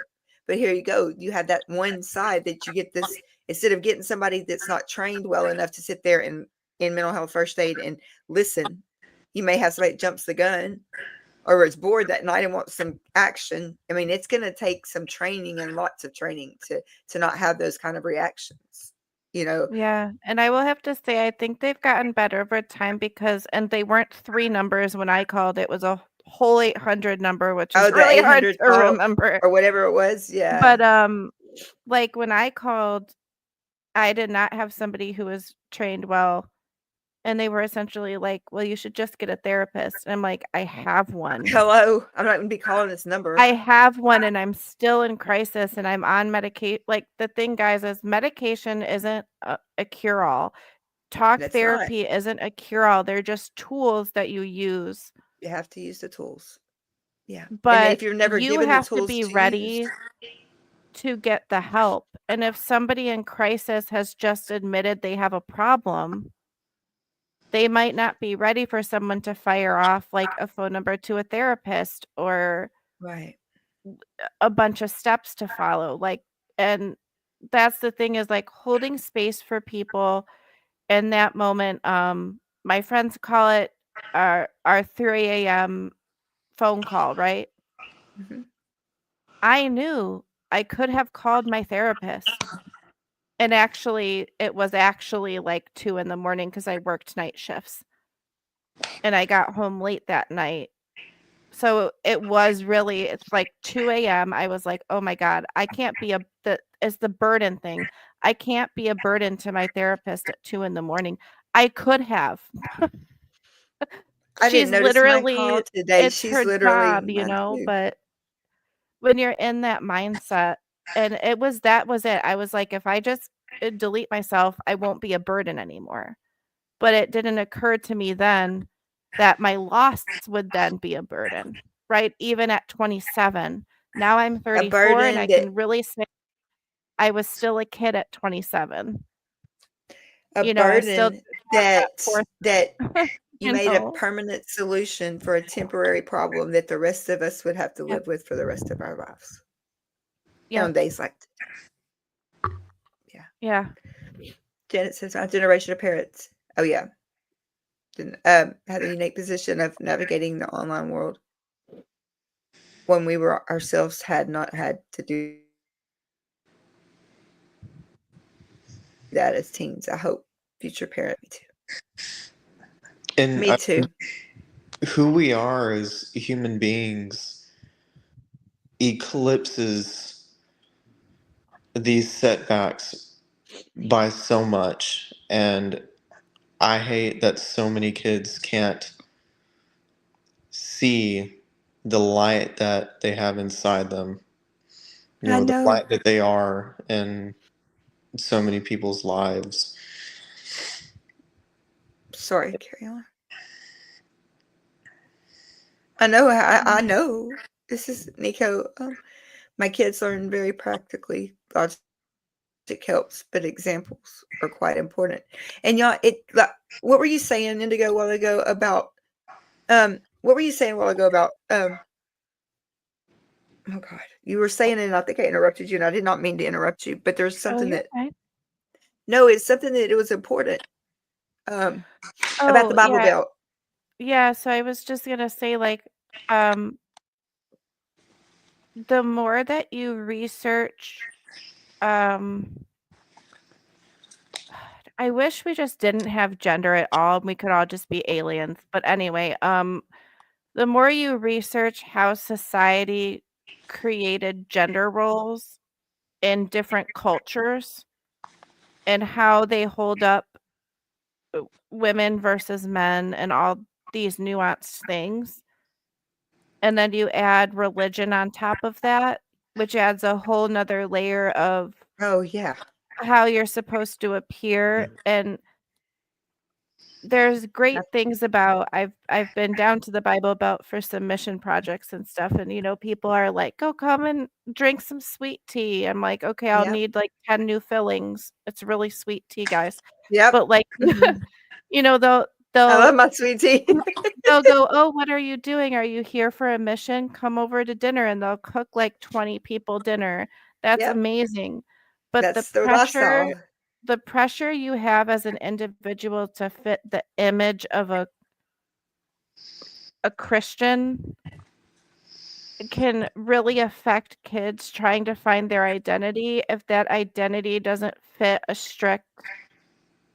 Oh, I think Not that yeah, all Christian exactly. parents are strict Christian parents, but yeah, and I always feel like the people who are truly faithful, and I say faith and religion are Yeah, 2 religion separate sends more people to things, hell than Satan himself. I'm sorry, I'm gonna say it, but but I I am feel like Christian and I have my faith. but I feel like that pressure, right, is, like, even worse for these kids because it's like, what if they don't believe in what if they don't know if they believe in Jesus? But they can't Right. go to their parents and talk about other faiths because their parents are, like, hardcore in one direction or the other, you know, and I've seen it also And too with and that kind of pressure too, if you think differently about how you approach your faith in a church environment, that could also bring on other pressure. So it's like all these mixtures of things and pressure that you have to fit in just, you know, stacks up on top of each other. that's what Blake said, what he said. You were made without a ventilation system. And that's why I call him my diamond, because he was made out of pressure. Yeah. Thank you, Keela. Tampa says my oldest worked on a hotline. She had a lot of training. She understood because her sister's many attempts. That's the whole deal. Y'all, I have Yeah. mental health first aid. I teach mental health first aid. And right, carry on, not everyone who appears on the phones on 988 is fully trained to talk at length with people in crisis. You're absolutely 100,000% correct. I mean, You're right. it was even It's a hard great. for me to, you know, to do. I'm not trained, but it was really, I mean, me and my friends had a lengthy discussion of like, can you be my 3 a.m. phone call? And some friends were like, I absolutely cannot. And I'm like, great, feel no guilt. Yeah. I know your Because name is off. I know your name is off the table for that if I need it, but I was there for a friend on a 3 a.m. phone call, and it's really hard, I especially was when there it's, for a you friend. know, when you're an empath, you really feel, and like for me, I'm like, I've been there. I get it in a way that makes it harder for me to like, you know, I'm glad I was able to help him, but at the same time, I was like, ooh, you know, it It's took a lot out, it scary. takes a lot out of you, man. Like because it's very scary. It's really hard to tell if you're doing or saying the right things. I struggle with that a I lot. struggle with it, and I'm in this. I'm in this field, and I struggle with this, y'all. It's not just a. It's not just a thing. I'm sorry. I work. They're okay. The heaters. I had to buy new heaters because it's in the 30s, right? Oh yeah, can I just say really quick? Huh? Go ahead. Go You're ahead. I have to deal with. amazing, Keela. Like you've gone through so much. You're having issues with your shoulder, and this lady just like I made a Facebook post about. She mentioned the heater thing. Like 2 weeks ago, our heater we didn't know our whole heater would have to be replaced, but our heater broke, and I kind of put out on Facebook like, "Hey, whatever." And Keela goes, what's your address? I'm ordering you a space heater." And I'm like, "Girl, you're going through so much." She's like, "You can't argue with me. No, What's your address? I would have brought it to you. You're an angel, okay, Keela." Like that's No, why I'm all the just doing what people I would hope are. someone would do for me. I know, but I just want you to listen. Like all the people in the chat right now are here for you because all that good that you're putting out in the world is coming back to you. I haven't had the Kind of makes me emotional thinking about it too. I haven't even turned it over to the live chat. I've been looking at the starred ones because I was kind of scared too. Keela, you have helped me Stay another through. day. Sad. Stay Oh, another day. I know it's seasonal affect disorder, but I'm just telling you. That's why I did this. Stay another day. Just stay one more day. It's always better in the morning. And if it's not, find someone to talk to. I never Go thought ahead, Blake. I'd cry on the internet, but you are a legend in my eyes, Keela, and you always will be. You have helped me through so much. There's so much through things that I never thought I would ever go through. And I don't know if I'll ever be able to find a way to thank you for that. There's no things you need to do. That's what being a friend is about, and caring about people. That's what this world needs. I mean, I just want to make my day to day better. I don't want to be better than anybody else. I'm not blowing smoke up anybody's ass when I tell you my whole goal in life is to be better tomorrow than I was today. That's it. It's that simple. I want to leave this world better than I found it. I want to leave someone feeling better than I found them. And I just want I want other people to be like that. I can't control, but I can control what I do. And if I choose to be better tomorrow than I am today, then I've met my goal there. I'm not a saint. I do things wrong every single day of my life. But if I can improve somebody's life one time a day, it's just little things. It's just little. And I don't know.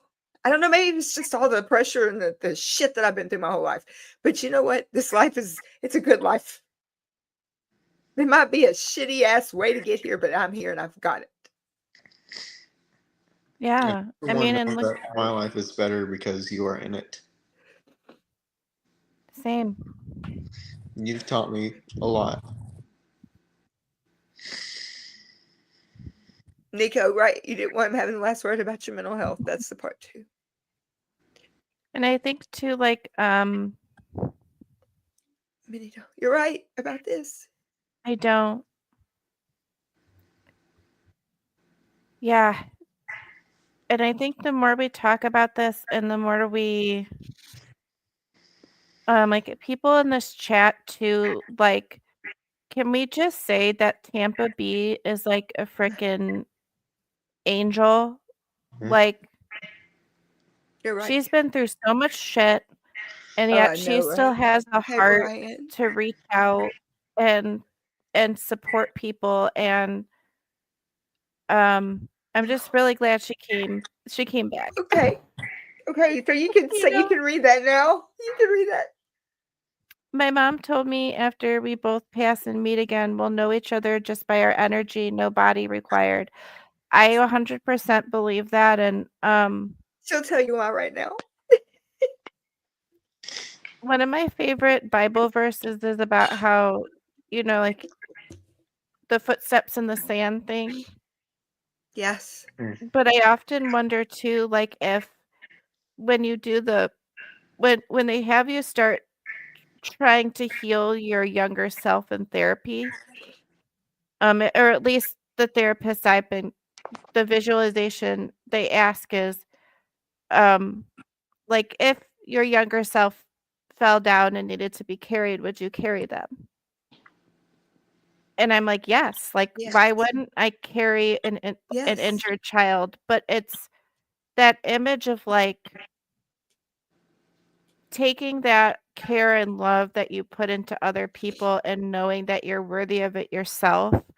Because the people who show through their actions that they care about you, you know, a lot of people I don't talk to anymore just after the end of 2022. Sorry, I had to be like, what year is it? Um, COVID messed No. COVID messed with my time. Okay, so wait, I But, used to say 326 days a year, whatever it is, just times it by 4. That's what day of 2020 we're on. right? Jeez. But, like, at the end of 2022, I was diagnosed with the thyroid cancer, and then in the beginning of 2023, I got my surgery. And when my surgery was over and I am just now emotionally dealing with that. I had some people I thought were my friends that I'd known for a long time be like, "Well, since you're through it, like, you can stop talking about it now, right?" And I was like, "We're not friends anymore." No, Like, just because I didn't have to have, like, chemotherapy it doesn't and matter.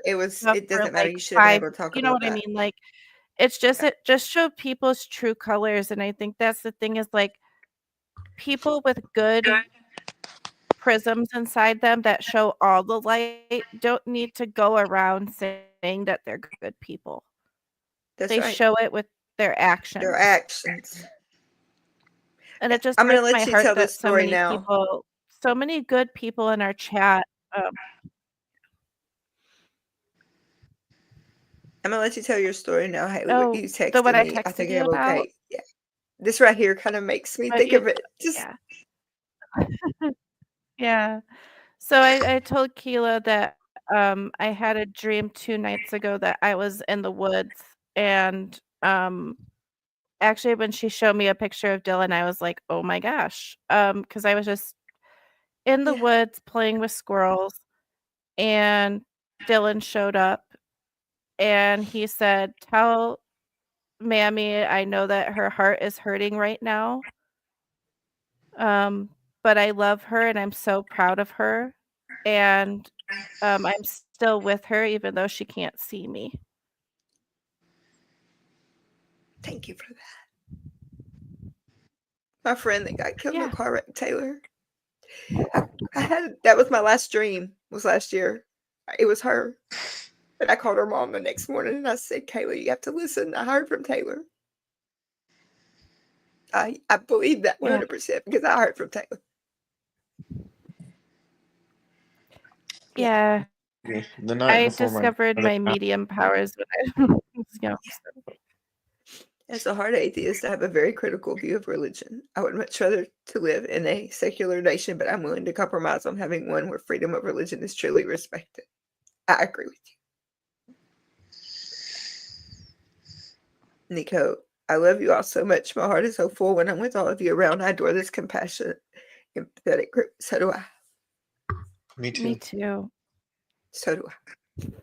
Misha says, everyone in here right now is making a difference. I'm a better person because of you. Oh. I mean, we're here for a reason. This channel is here for. Can't do any because of my song. I love the and Tampa, you're right. And you know, when you and I talk, I don't say anything that you and I talk about. You know, I mean, when you talk about that, I listen as a friend. But you're right. That song by Ren, oh my God. That video just it's like I wish everybody could just look at it. But you allow us to care for each other here in this safe space, Keela. We learn from each other. We cry together. We support each other. And you have made this possible. We're better for it. Thank you. It takes a village. Scott, Yeah. I second that. Tampa me rock. She does. Yep. Understanding we are also different and celebrate those differences to grow into more by knowing the differences together. Yes. Yes, because if everybody, I don't want to be in a echo point. How are you ever going to learn to love and learn to love new things or learn you might not like something? You know, you're never going to know or that you were wrong about something. If Like you we know don't Blake listen, loves Joni Mitchell, but John. yes, not we so. all know Blake love, and I absolutely love Blake for that. Yes. I'm doing a lot of learning about consciousness, meditation, energies, and love is the great answer. Love is the answer. And I Joni will said, say every day love puts on a new face. In the words of Joni. Thank you guys. For me, it's pretty selfish. It makes me feel good, better than most anything. I need it to survive. Yeah. Me too.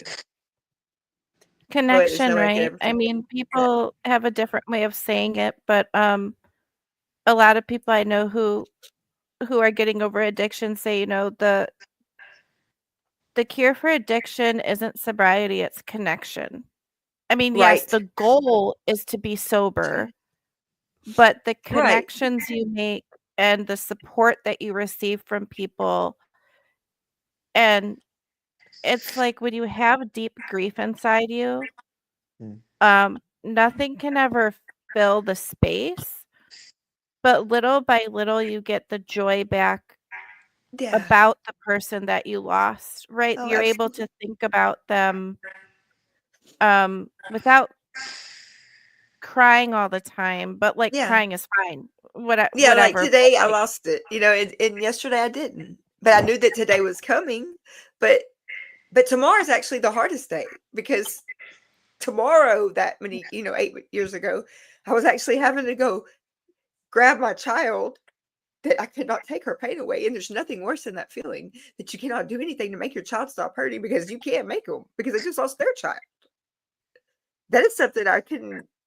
If my aunt wouldn't have been with me, I don't know if I would have made it. and you know what? I think Brian, thank you. Thank you.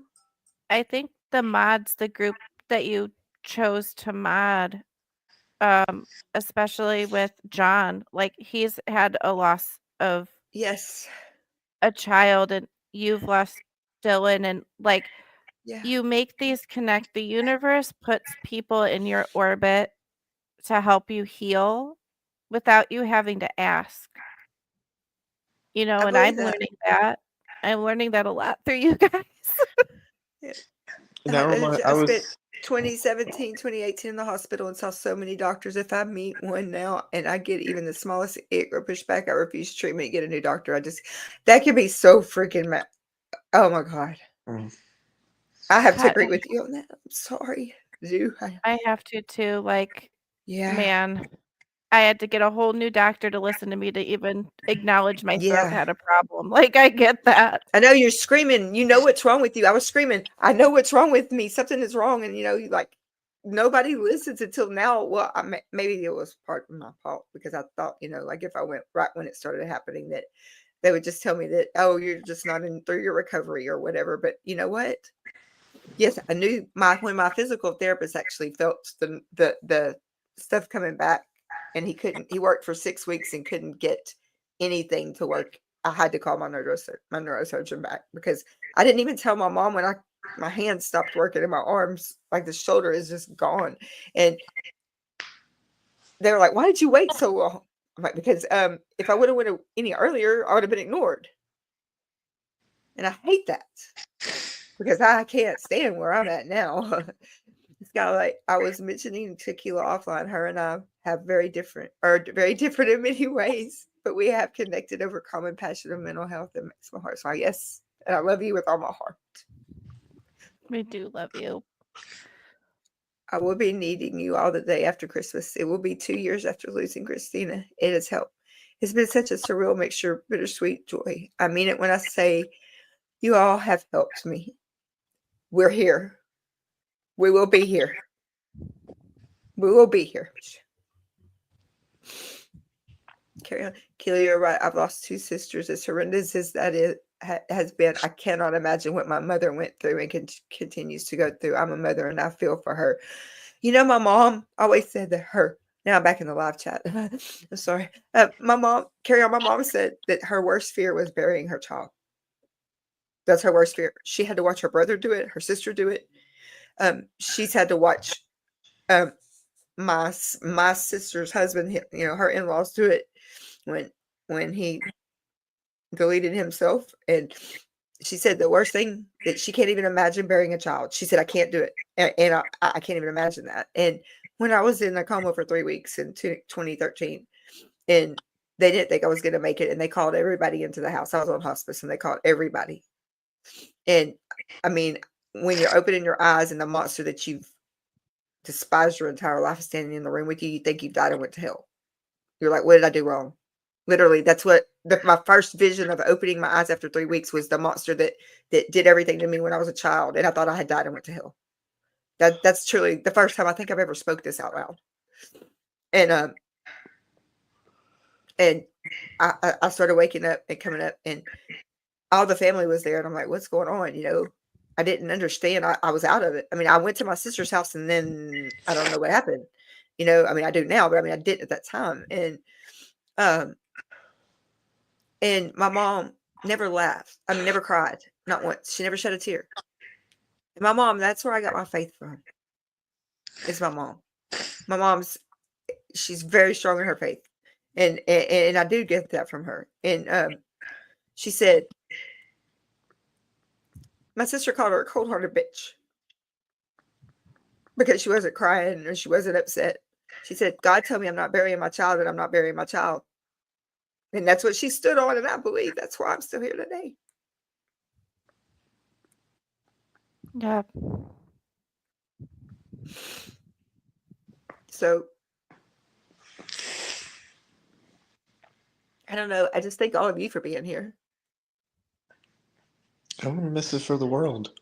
My Aunt Dana, like I said, she was there. The Oh, rest of my family are not. We've lost so much.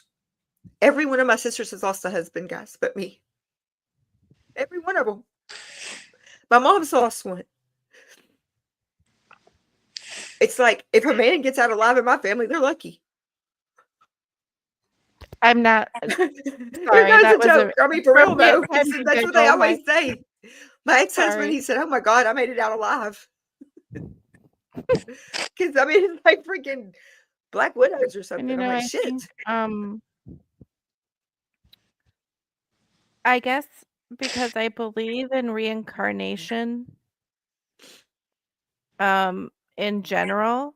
So I still need that closure of like some way to say goodbye. And I do think, however that's done for each individual, it's really important to take that step because I didn't get that with my birth father. I didn't. I was 18, and I think my parents were trying to protect me. Yeah. So I don't think I'm angry at them anymore for Hey, that. West But Coast. they didn't let me see him like when he was being taken off life support. Yeah. And then his brother didn't really make room for me to be there when they released his ashes either, so I didn't even get to, like,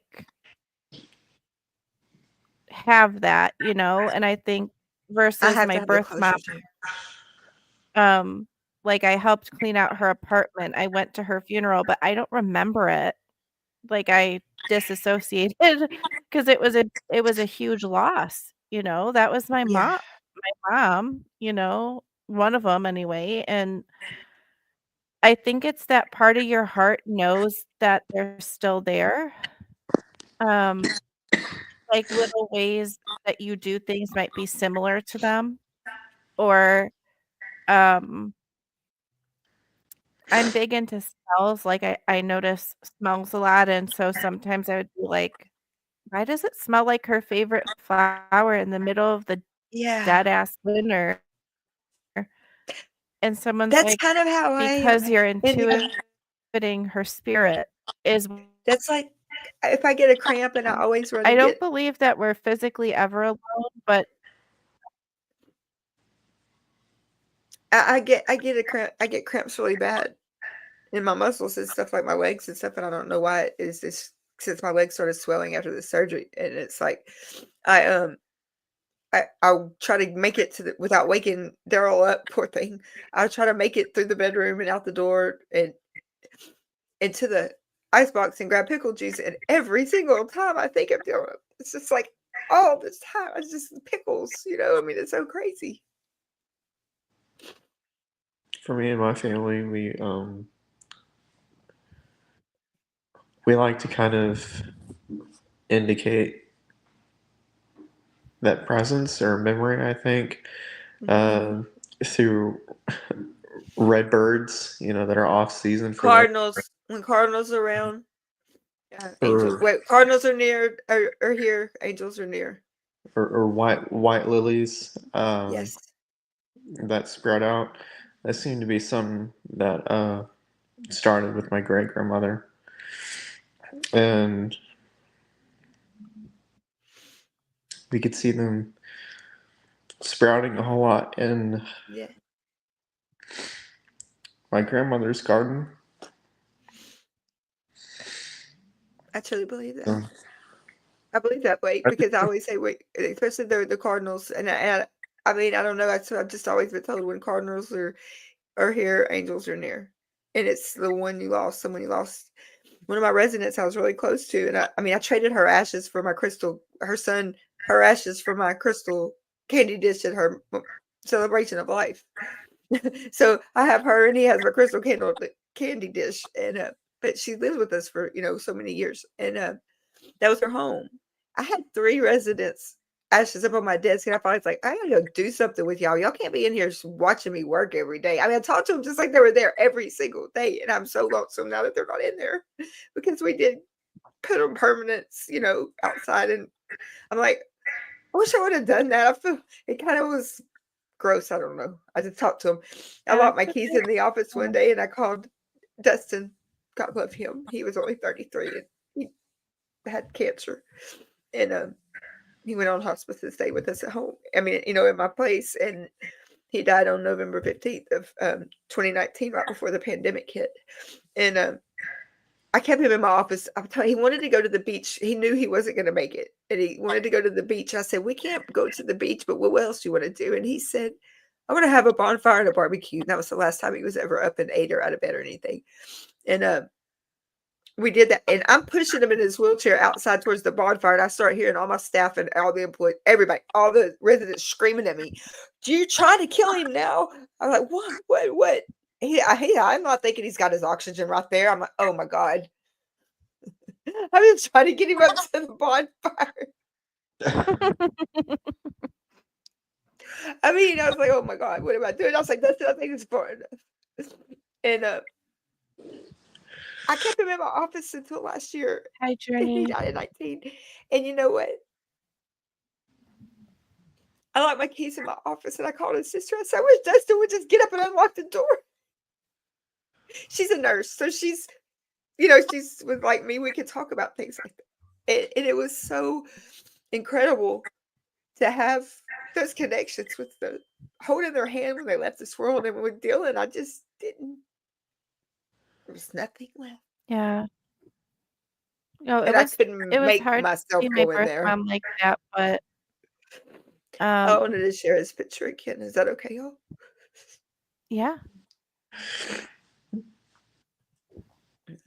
God, he has such a beautiful aura. He's so beautiful.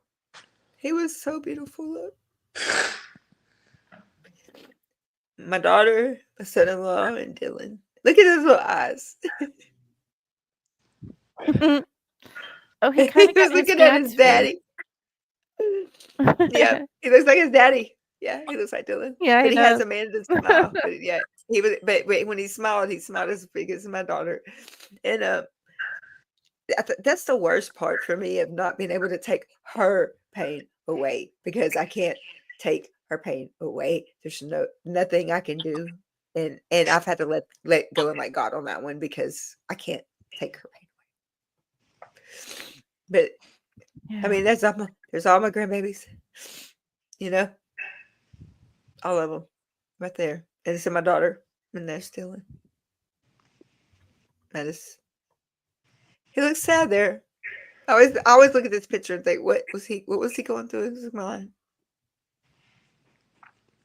There's a little pain there, but you Look can at still that. Look at see, his eyes. There is pain in there. Yeah.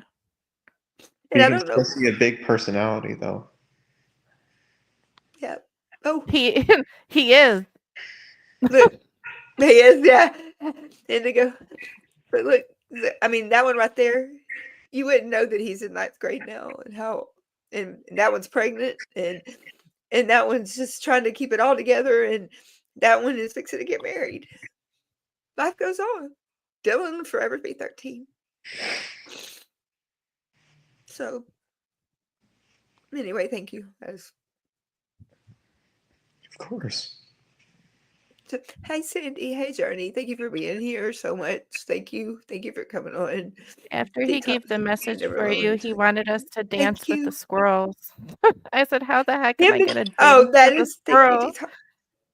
And he said, we're in a spirit dream. You can dance with squirrels if you want to." You know what? Barbara, there's love there too. Yes. Oh, he's a little. Thank you, So Misha. much love. Look, this kid was so great. He was just a great kid. He's just a great kid. He knew, I mean, they take their tackle boxes and their fishing poles and go down and go fishing, and that was great, but he knew maybe did not like killing animals.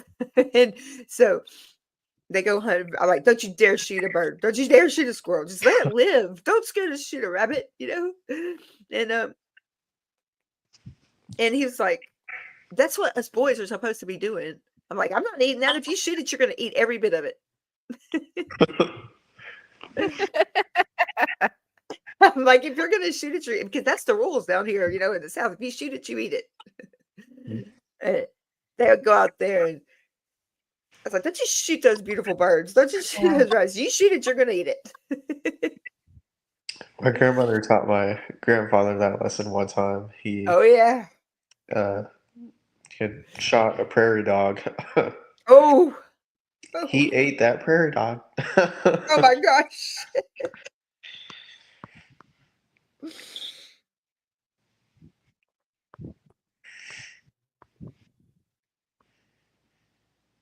Work. I'm sorry. They're trying to get their heaters still set up. That I told them 2 days ago they were coming.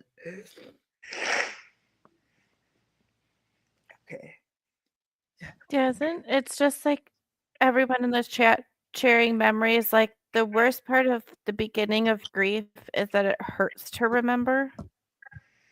Yeah. And bless him, me and my current ex-boyfriend still live together because we couldn't move out right away, and he lost both his grandparents in the last 2 years.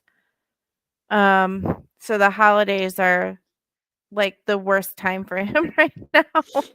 And that's probably, Um, you know what, Indigo, you say that it's brought up a memory Thank you of for something. coming, Carrie Ann. We appreciate you. Thank you, Carol. Thank you for being here. Thank you. I love you and I appreciate you. Thank you for being here. I think that a memory that came through a while ago that was just, and you know how my memories are, they're gone, but I guess we get miracles every day. And he asked because he knew his dad just got laid off work. And he said, maybe I put too much on my Christmas list. And I said, no, you did not. I was already planning on helping them. But I guess his mind couldn't. I don't know if that's even part of the reason, but just something y'all were saying about not wanting to be a burden. But then finding out that these kids had a suicide pact, and there was 5 schools involved, and my grandson's the only one that's not walking this earth right now. It pisses me off. That concerns me on a deep level. Yeah. I mean, just imagine the devastation if they'd all went through with it. Oh my God. Like, it's messed up they even know what that kind of pact is at all. Tell me where you But, learned like, it, because we imagine don't talk about it. but I mean, I think that's the point of this, right? We should talk You're about right. what's a feeling versus what's an emotion. You're Like, right. what's a one and done and get it out, and what's a lingering, difficult thing to process, and how to navigate that and be okay trusting other adults. And that's the thing is, gosh, as an adult, I feel like it's so hard for me to navigate which adults are trustworthy, and I can't imagine trying to do that as a kid. But That's what's what I'm going on saying. with these kids that at That 5 they different can't schools, even, like, that they can't 5 even, that different they, kids had the thought to do a pact like that. I know. I mean, And it sounds like a scam to me. That's the part that's concerning to me because it's like, was he being bullied and they all promised to do it and then they did it so he would do it?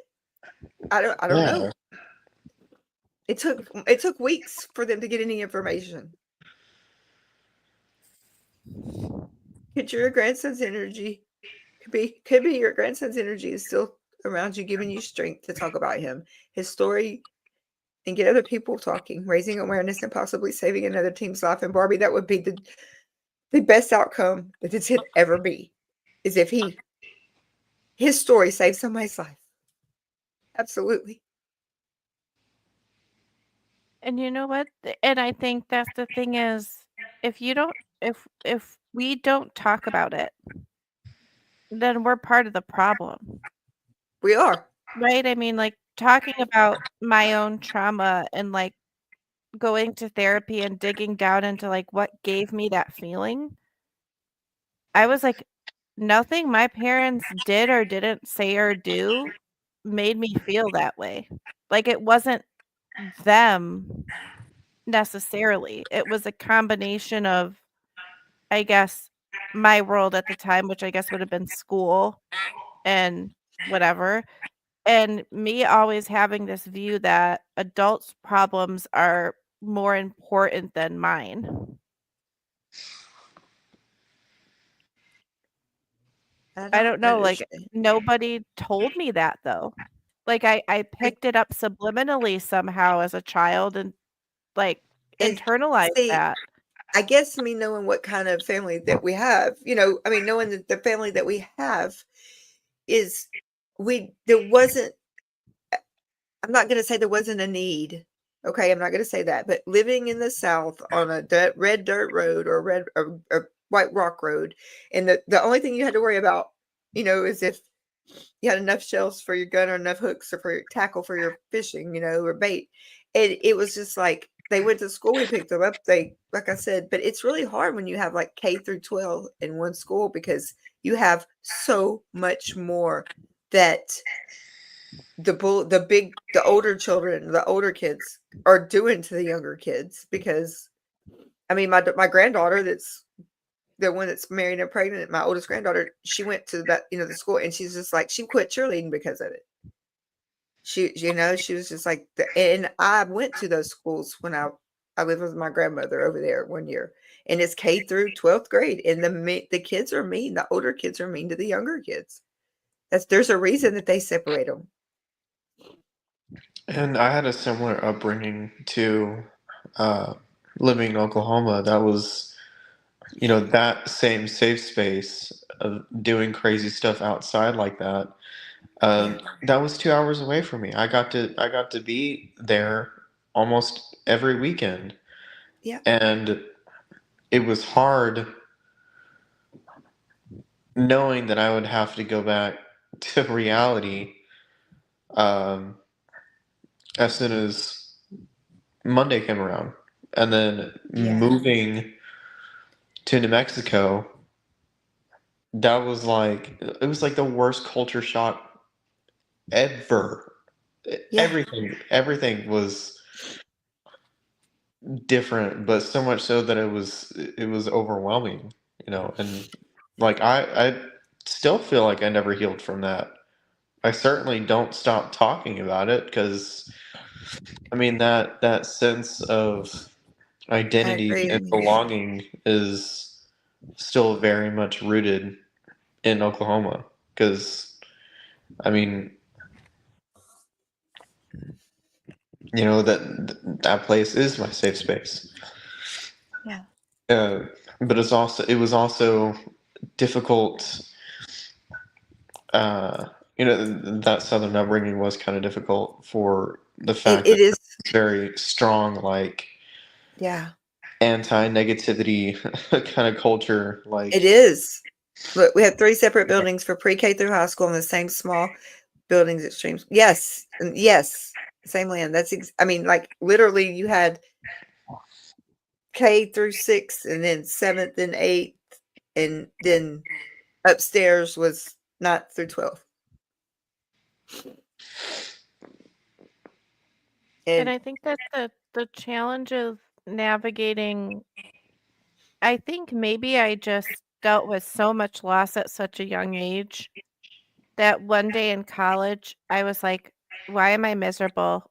And then a voice in my head's like, because you're trying to fit in with people you're never going to fit in with. And in that moment, I was like, F it. I think about it Like, now about, let's figure out who I am. And if you yeah, can't that's it. handle that, that's not my honest way I go about the world is, if you give me the chance to show you who I am, I'll give that to you. I will gladly like lay my heart on a silver platter metaphorically, because it should stay in my body. That's a joke. But Okay, guys. but I'll give you my heart, I'll give you my home, I'll support you. But if I meet somebody who doesn't want to give me the chance or whatever, that's not my problem. That's a them issue. But it took me a long time to get there because I had to figure out who I was. I'm still figuring that out. I'm still figuring You know, that out. I think we wing it, guys. I think we get thrown into the world and we're all just winging it, hoping for the best. Adulting sucks too. And sometimes when, my grandmother was the you queen know, of the winged division. sometimes we land and we find our people early and sometimes we don't.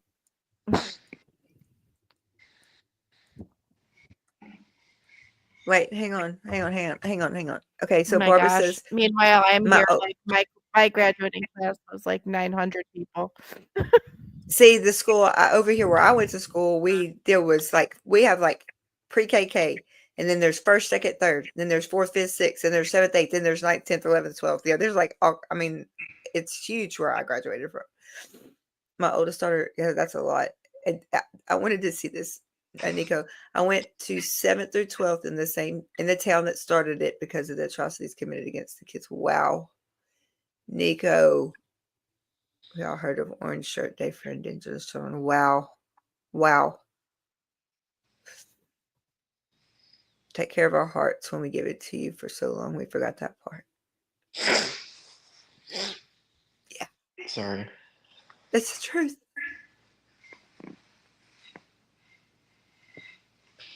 Yeah. So everybody, I guess yeah, one thing could come out of any of this is that at least one child's life isn't over. The possibilities are endless, and they don't see that. They don't see that when they're young. They don't see that they can't comprehend it all. That there's a big life out here waiting for you. You can make it. Just stay another day. Your story I isn't mean, did we over. all ever imagine that in the lifeline of our life, we would all dig into the rabbit hole that was Scientology and be here at all? No. Like, did we No. did we ever think that would happen, y'all? Like, here we are. Kind You of feels like know? I walked into an alternate dimension. Me too. It's like I'm absolutely do not even know what I'm doing. I'm like, I'm on a channel on YouTube. What? But I want to say I what a don't even friend think said it's to real. me, for Keela and Blake and everybody in the chat. One of my very best friends said to me, if you can't fight for yourself, call me and I'll fight for you. Absolutely. That's sweet. Barbie, You know, yes. we'll fight for you. You know? I guess if we have to say one good thing about Scientology, I don't know if I can.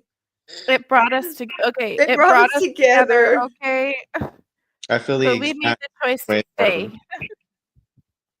Didn't even go down the rabbit hole, and I've been through so many, yet still we are here. Yeah. We are. I hope mental health is. I didn't want to be in this field. And look where I'm at. I hope mental health is the final destination for all of them. Like I want this for them. I hope someday Yeah. that this works for them. Me too. Me too. Yeah. And I don't just mean to say 'Cause that that's to the thing is isolate them. I mean, mental health is always evolving, and the fields in it are constantly learning and trying. And I mean, there was a point in my life where I thought I like literally lost my mind. No one believed me when I Crazy. told them that nothing is real. Nothing is real to me. And I couldn't explain that without sounding insane. But I know what you meant. I Yeah, heard you. I for three long years.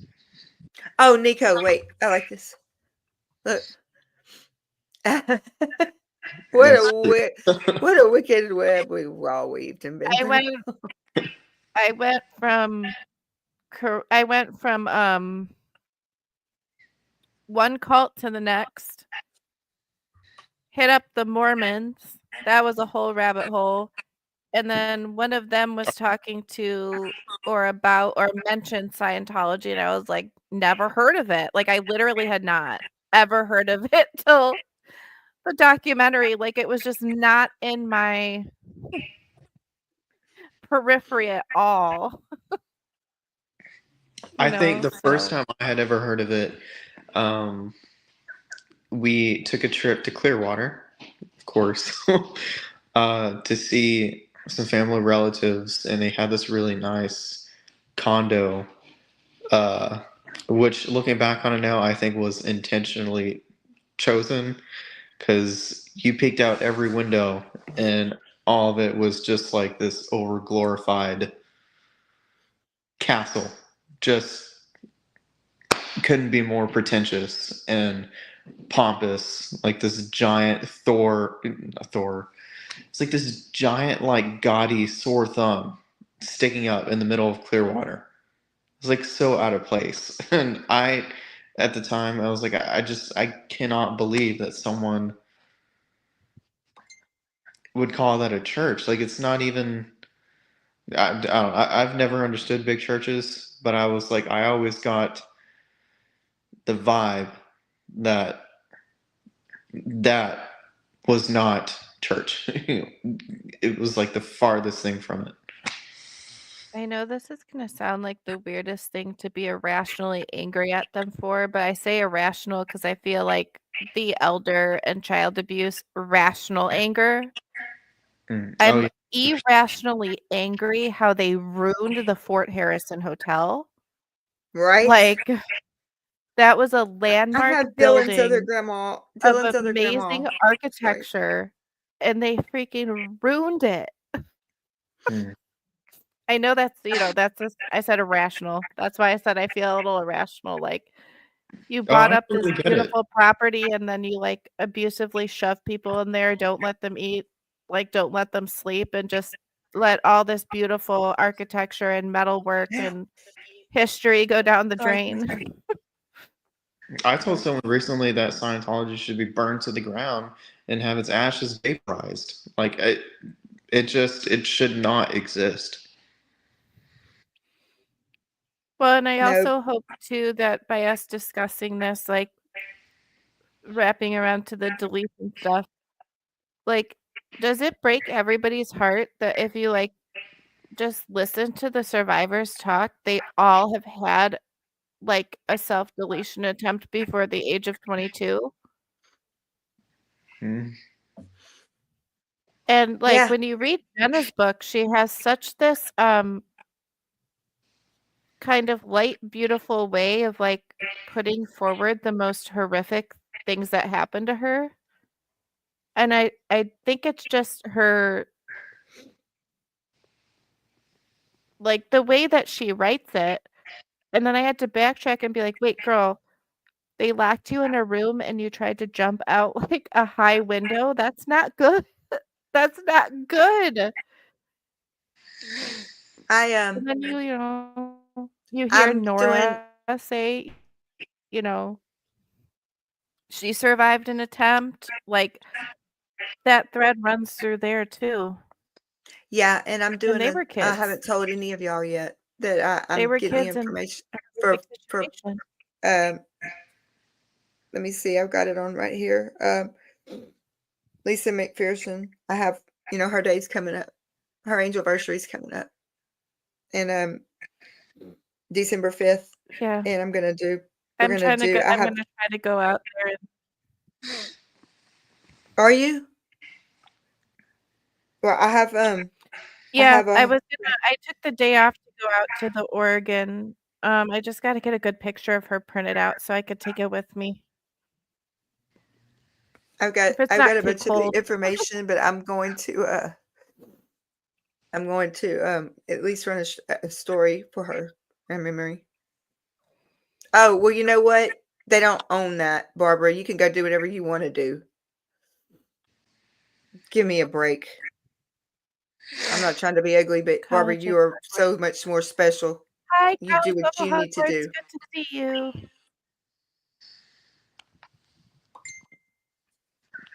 Barbara, you do whatever you want.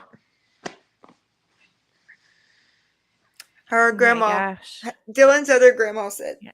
"Yep, that was a horrible night, full of disbelief and confusion and grief, holding his sister Carly as she screamed."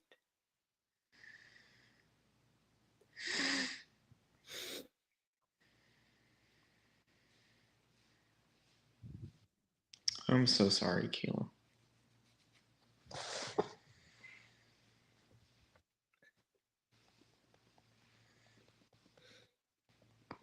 I'm sorry you've experienced that too, Gretchen.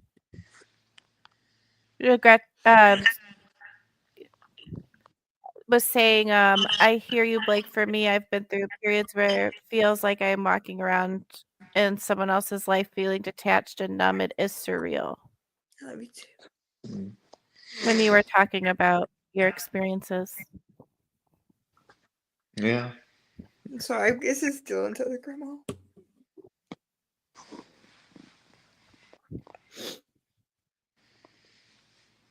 Yeah, Carly thought that she thought that she didn't know what the noise was. She was in the shower. Carrie didn't know what the noise was. She was in the bed. My daughter didn't. She was outside.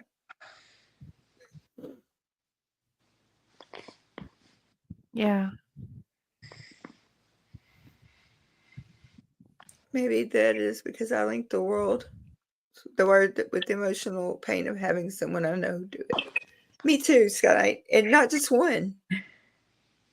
I mean, my sister's husband, and then, I mean, she found him that 7:30 in the morning in the garage. You know, paramedics said he would never. I mean, he even put a piece of tape on his throat, wouldn't wake her up. And then my other sister's husband on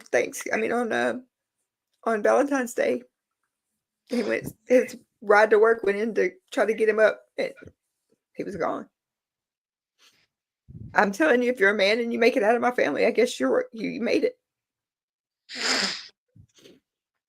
Because it's horrible, wonder- the loss. Yeah.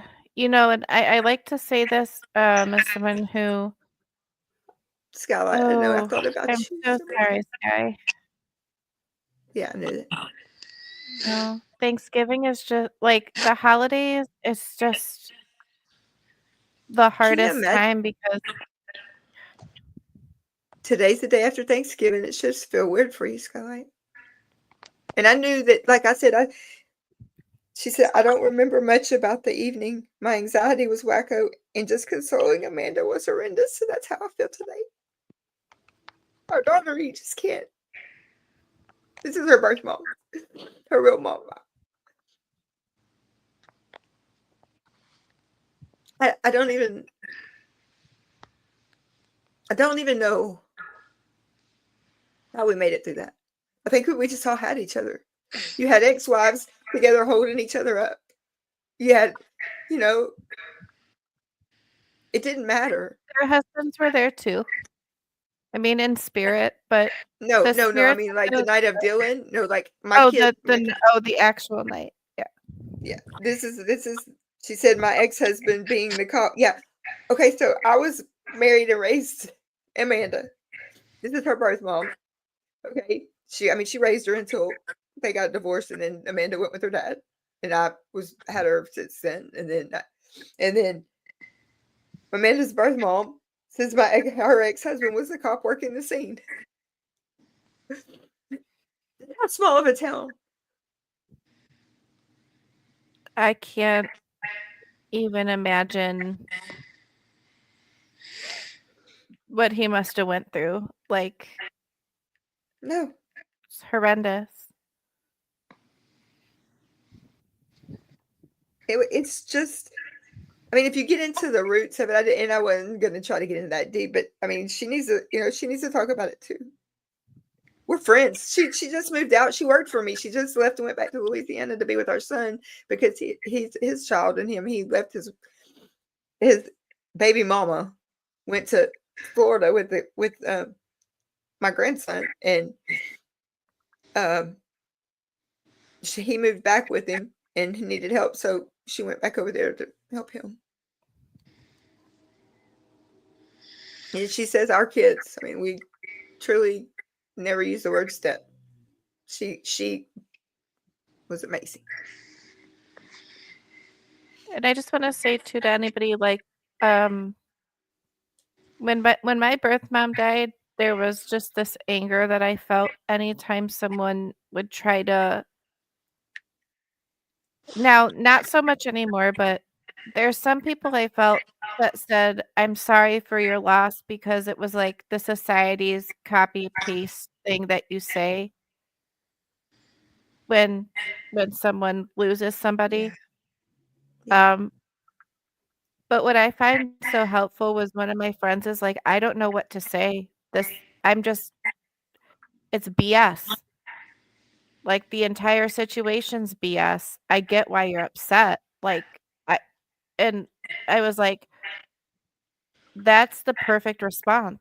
Like, you there's nothing that you can say or do to take that loss away from someone.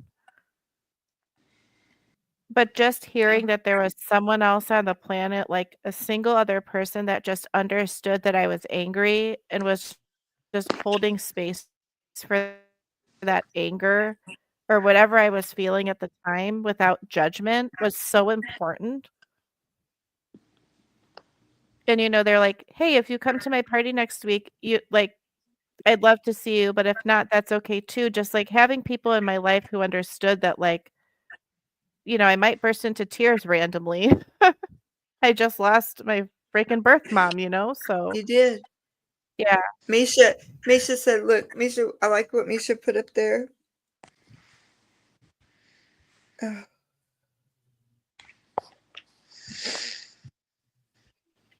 Yeah. The 333 thing.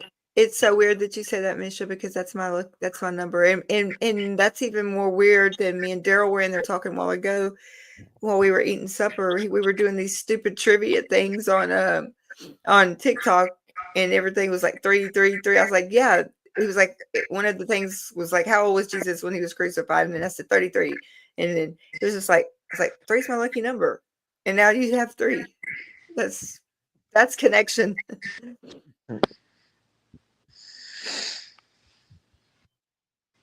Yeah.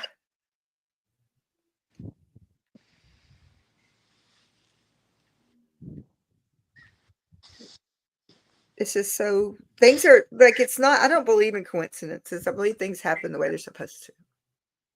I may not understand them, but I know that they were meant to happen. Or if they happen, I know there's a reason that happened, and I may not know in this lifetime, Yeah. but I do know that there was a reason. Because I do believe I'm a Christian, and I'm not throwing my beliefs on anybody else, but that's what gets me through my day every day. I would not be able to live in a world without hope and faith. I wouldn't. I mean, there's got to be something to hold on to that's higher than us. And that's just my belief. It's not pushed on anyone else.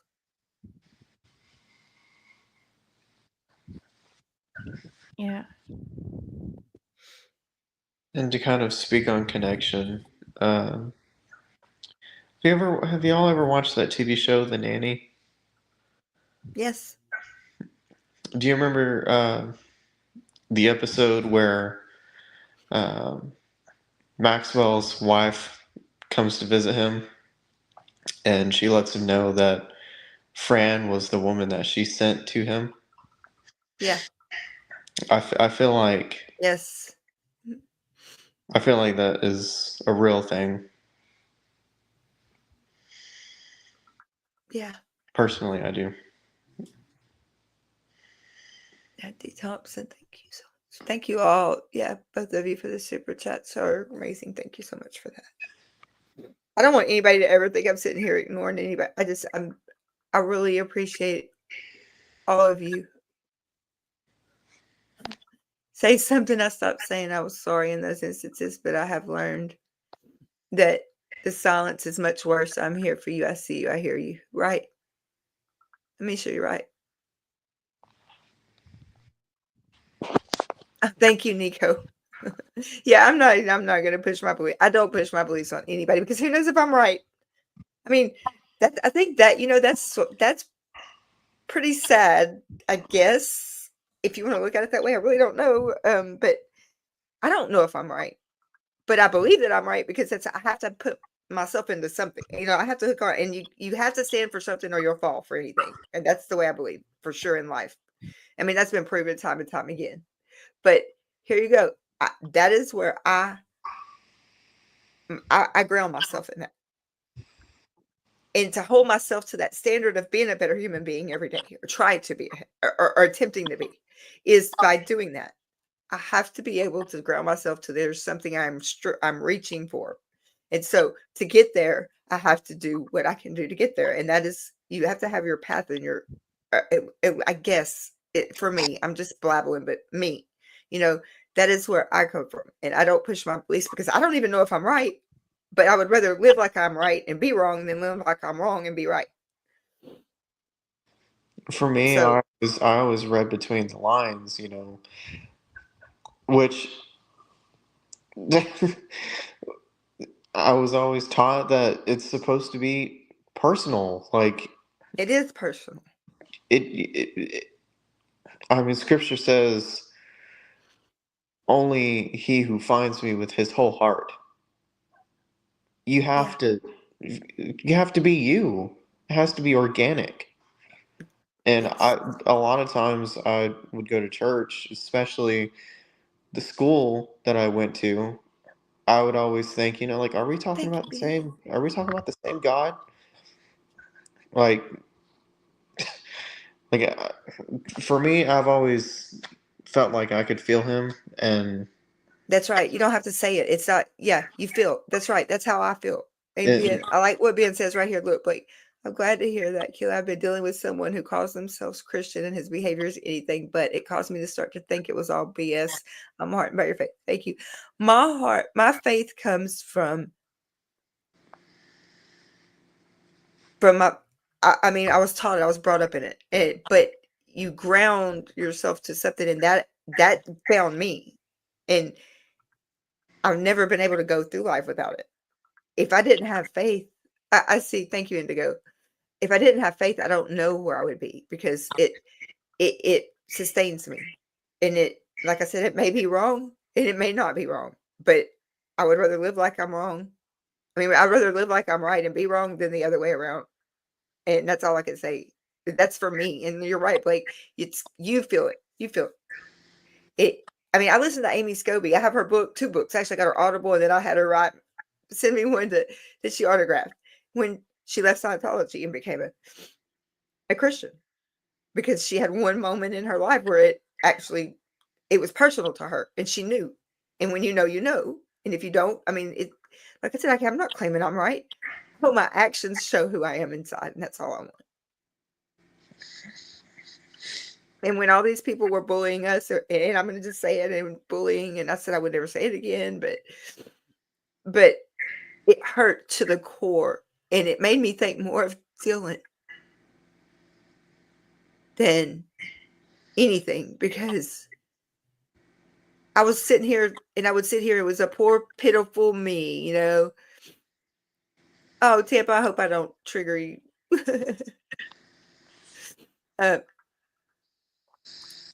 It's been, I think of Dylan, and I'm sitting here as we've been cyberbullied so bad, and we've kept quiet, and we've done the right thing, and I know we have. But you know what? If they could just sit here on my side and look at the pictures of this beautiful boy, because of something that people are doing actively, it's not okay. Hurt people don't need to hurt people. and that's what makes me angry. Because I think if they could, I don't think they would care. That's what makes me angry, especially for you. Faith is spiritual. See, Irrationally angry. but see, I know who I am. That's the thing. I know who I am.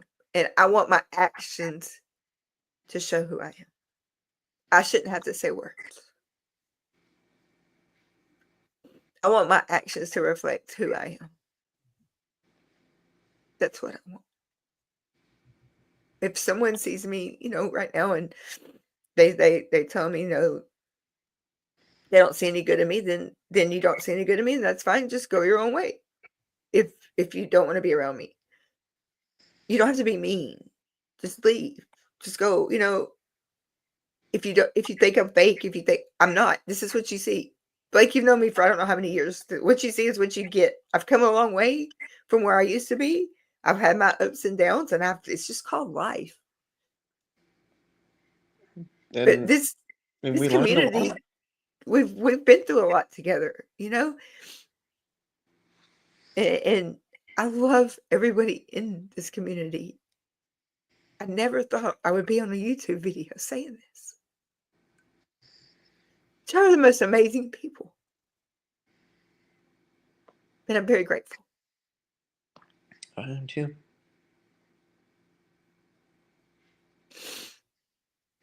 I'm very grateful.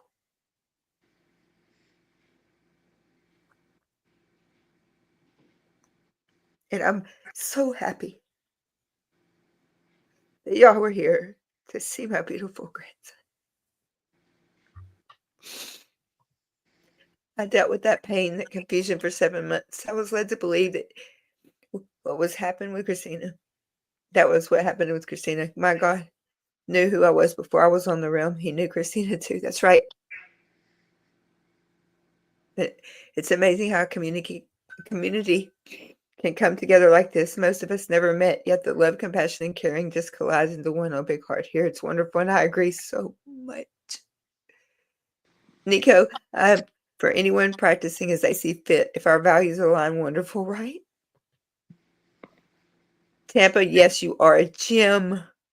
I love you with all my heart. So glad you came. It stayed so much relief when Keela told me your backup name was. I had to tell him. My mom's like, who is that? I said, it's my friend. God, your God doesn't make mistakes. That's how I feel. Misha, that's how I feel. Love, not judge. Yeah. Oh, wait, Indigo says, I think the portrait spirits. Yes. And you know what, Indigo, you really, you know what, I'm going to tell you that how much that meant to me. I'm going to tell you right now. As soon as you said it and you messaged me that, and I had a calm come over me. And you know what I did? I thought about it. I always say on here how I don't dream. And the last dream that I had was of my friend Taylor that got killed in a car wreck. The night before her record, it went #1. And that it was on the date, the night that she died, her angel anniversary this past year. It's the last time I really had a dream I could remember. And y'all, I saw her. She talked to me, and she told me to call her mom and tell her that she was okay. And I did. And her mom she was just crying. She said, thank you. I needed to know that because I haven't felt Taylor in a while. And I said, she's here. I talked to her. I know she's here. So yeah. I believe that. I do too. I had the night before we found out that my grandmother had passed away. I had a dream that she had packed up all of her bags and walked into her house and said, "Well, I'm here to stay." And it was like getting to see her for the last time.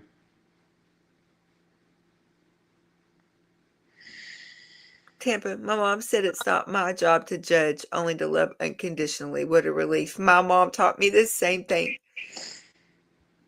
My mom taught me that we're not here to judge. We're not here. My mom said there's enough hate in this world. She taught all 4 of her daughters this. There's enough hate in this world that her daughters will not be a part of it if she has anything to do with it. And she raised us like that. And she was right. I saw my mom yesterday. I went to eat with my mom, and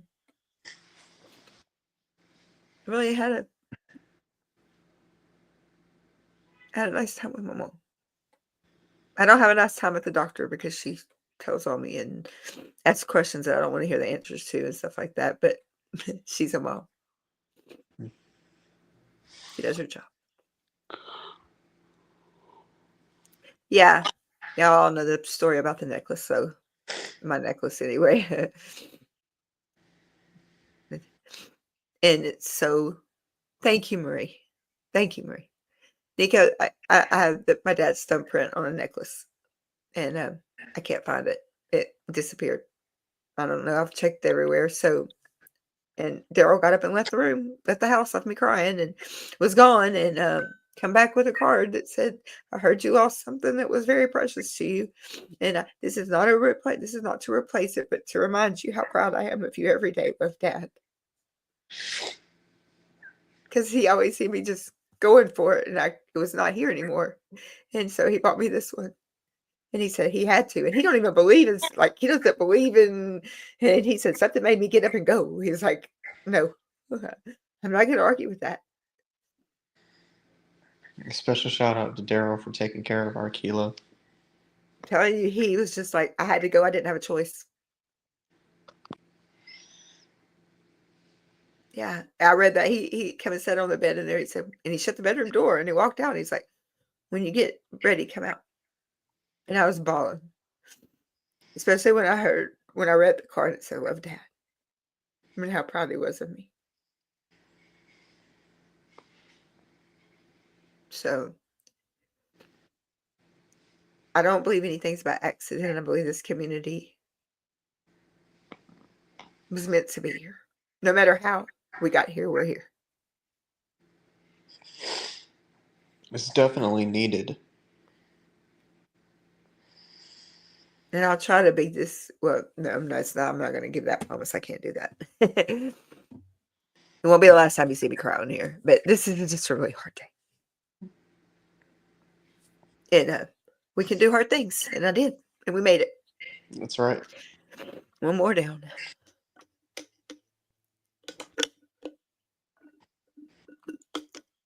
And so is my drink. My prime drink is gone. But I live my life every day with that. We can do hard things.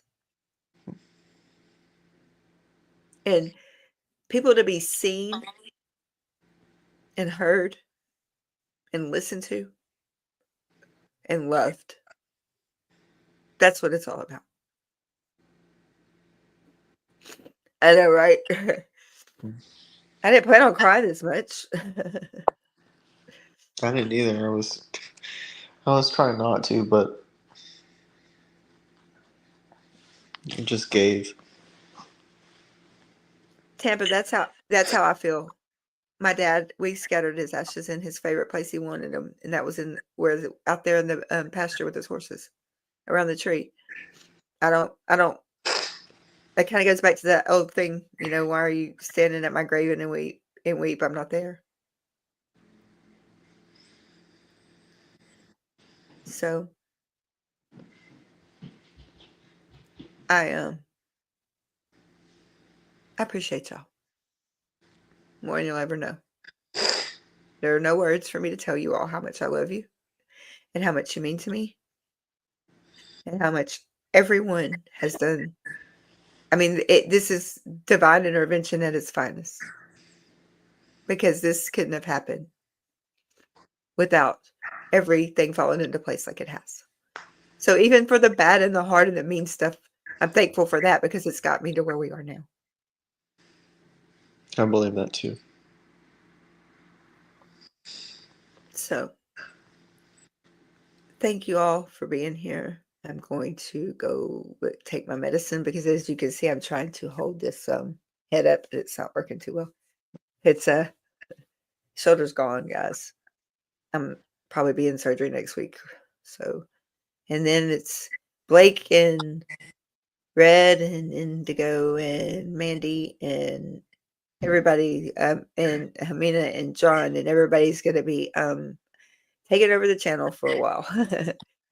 I'll be hopping on and off, but I won't be able to sit like this, because this right here is just killing me anyway. I don't do well with pain, guys. This is horrible. But I wanted to try to do, if anybody's in the peer support groups, I need to get on here and maybe Sunday try to do the peer support and see if Skylight might can help if interested. Thank you, Indigo. That's why I don't ever panic whenever I have such a, I mean, even our team is just amazing.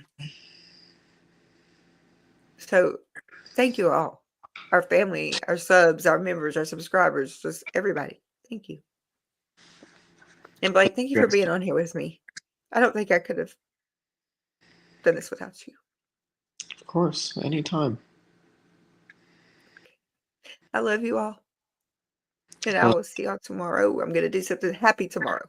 I love you all. And y'all have a great night. Have a good night, everyone.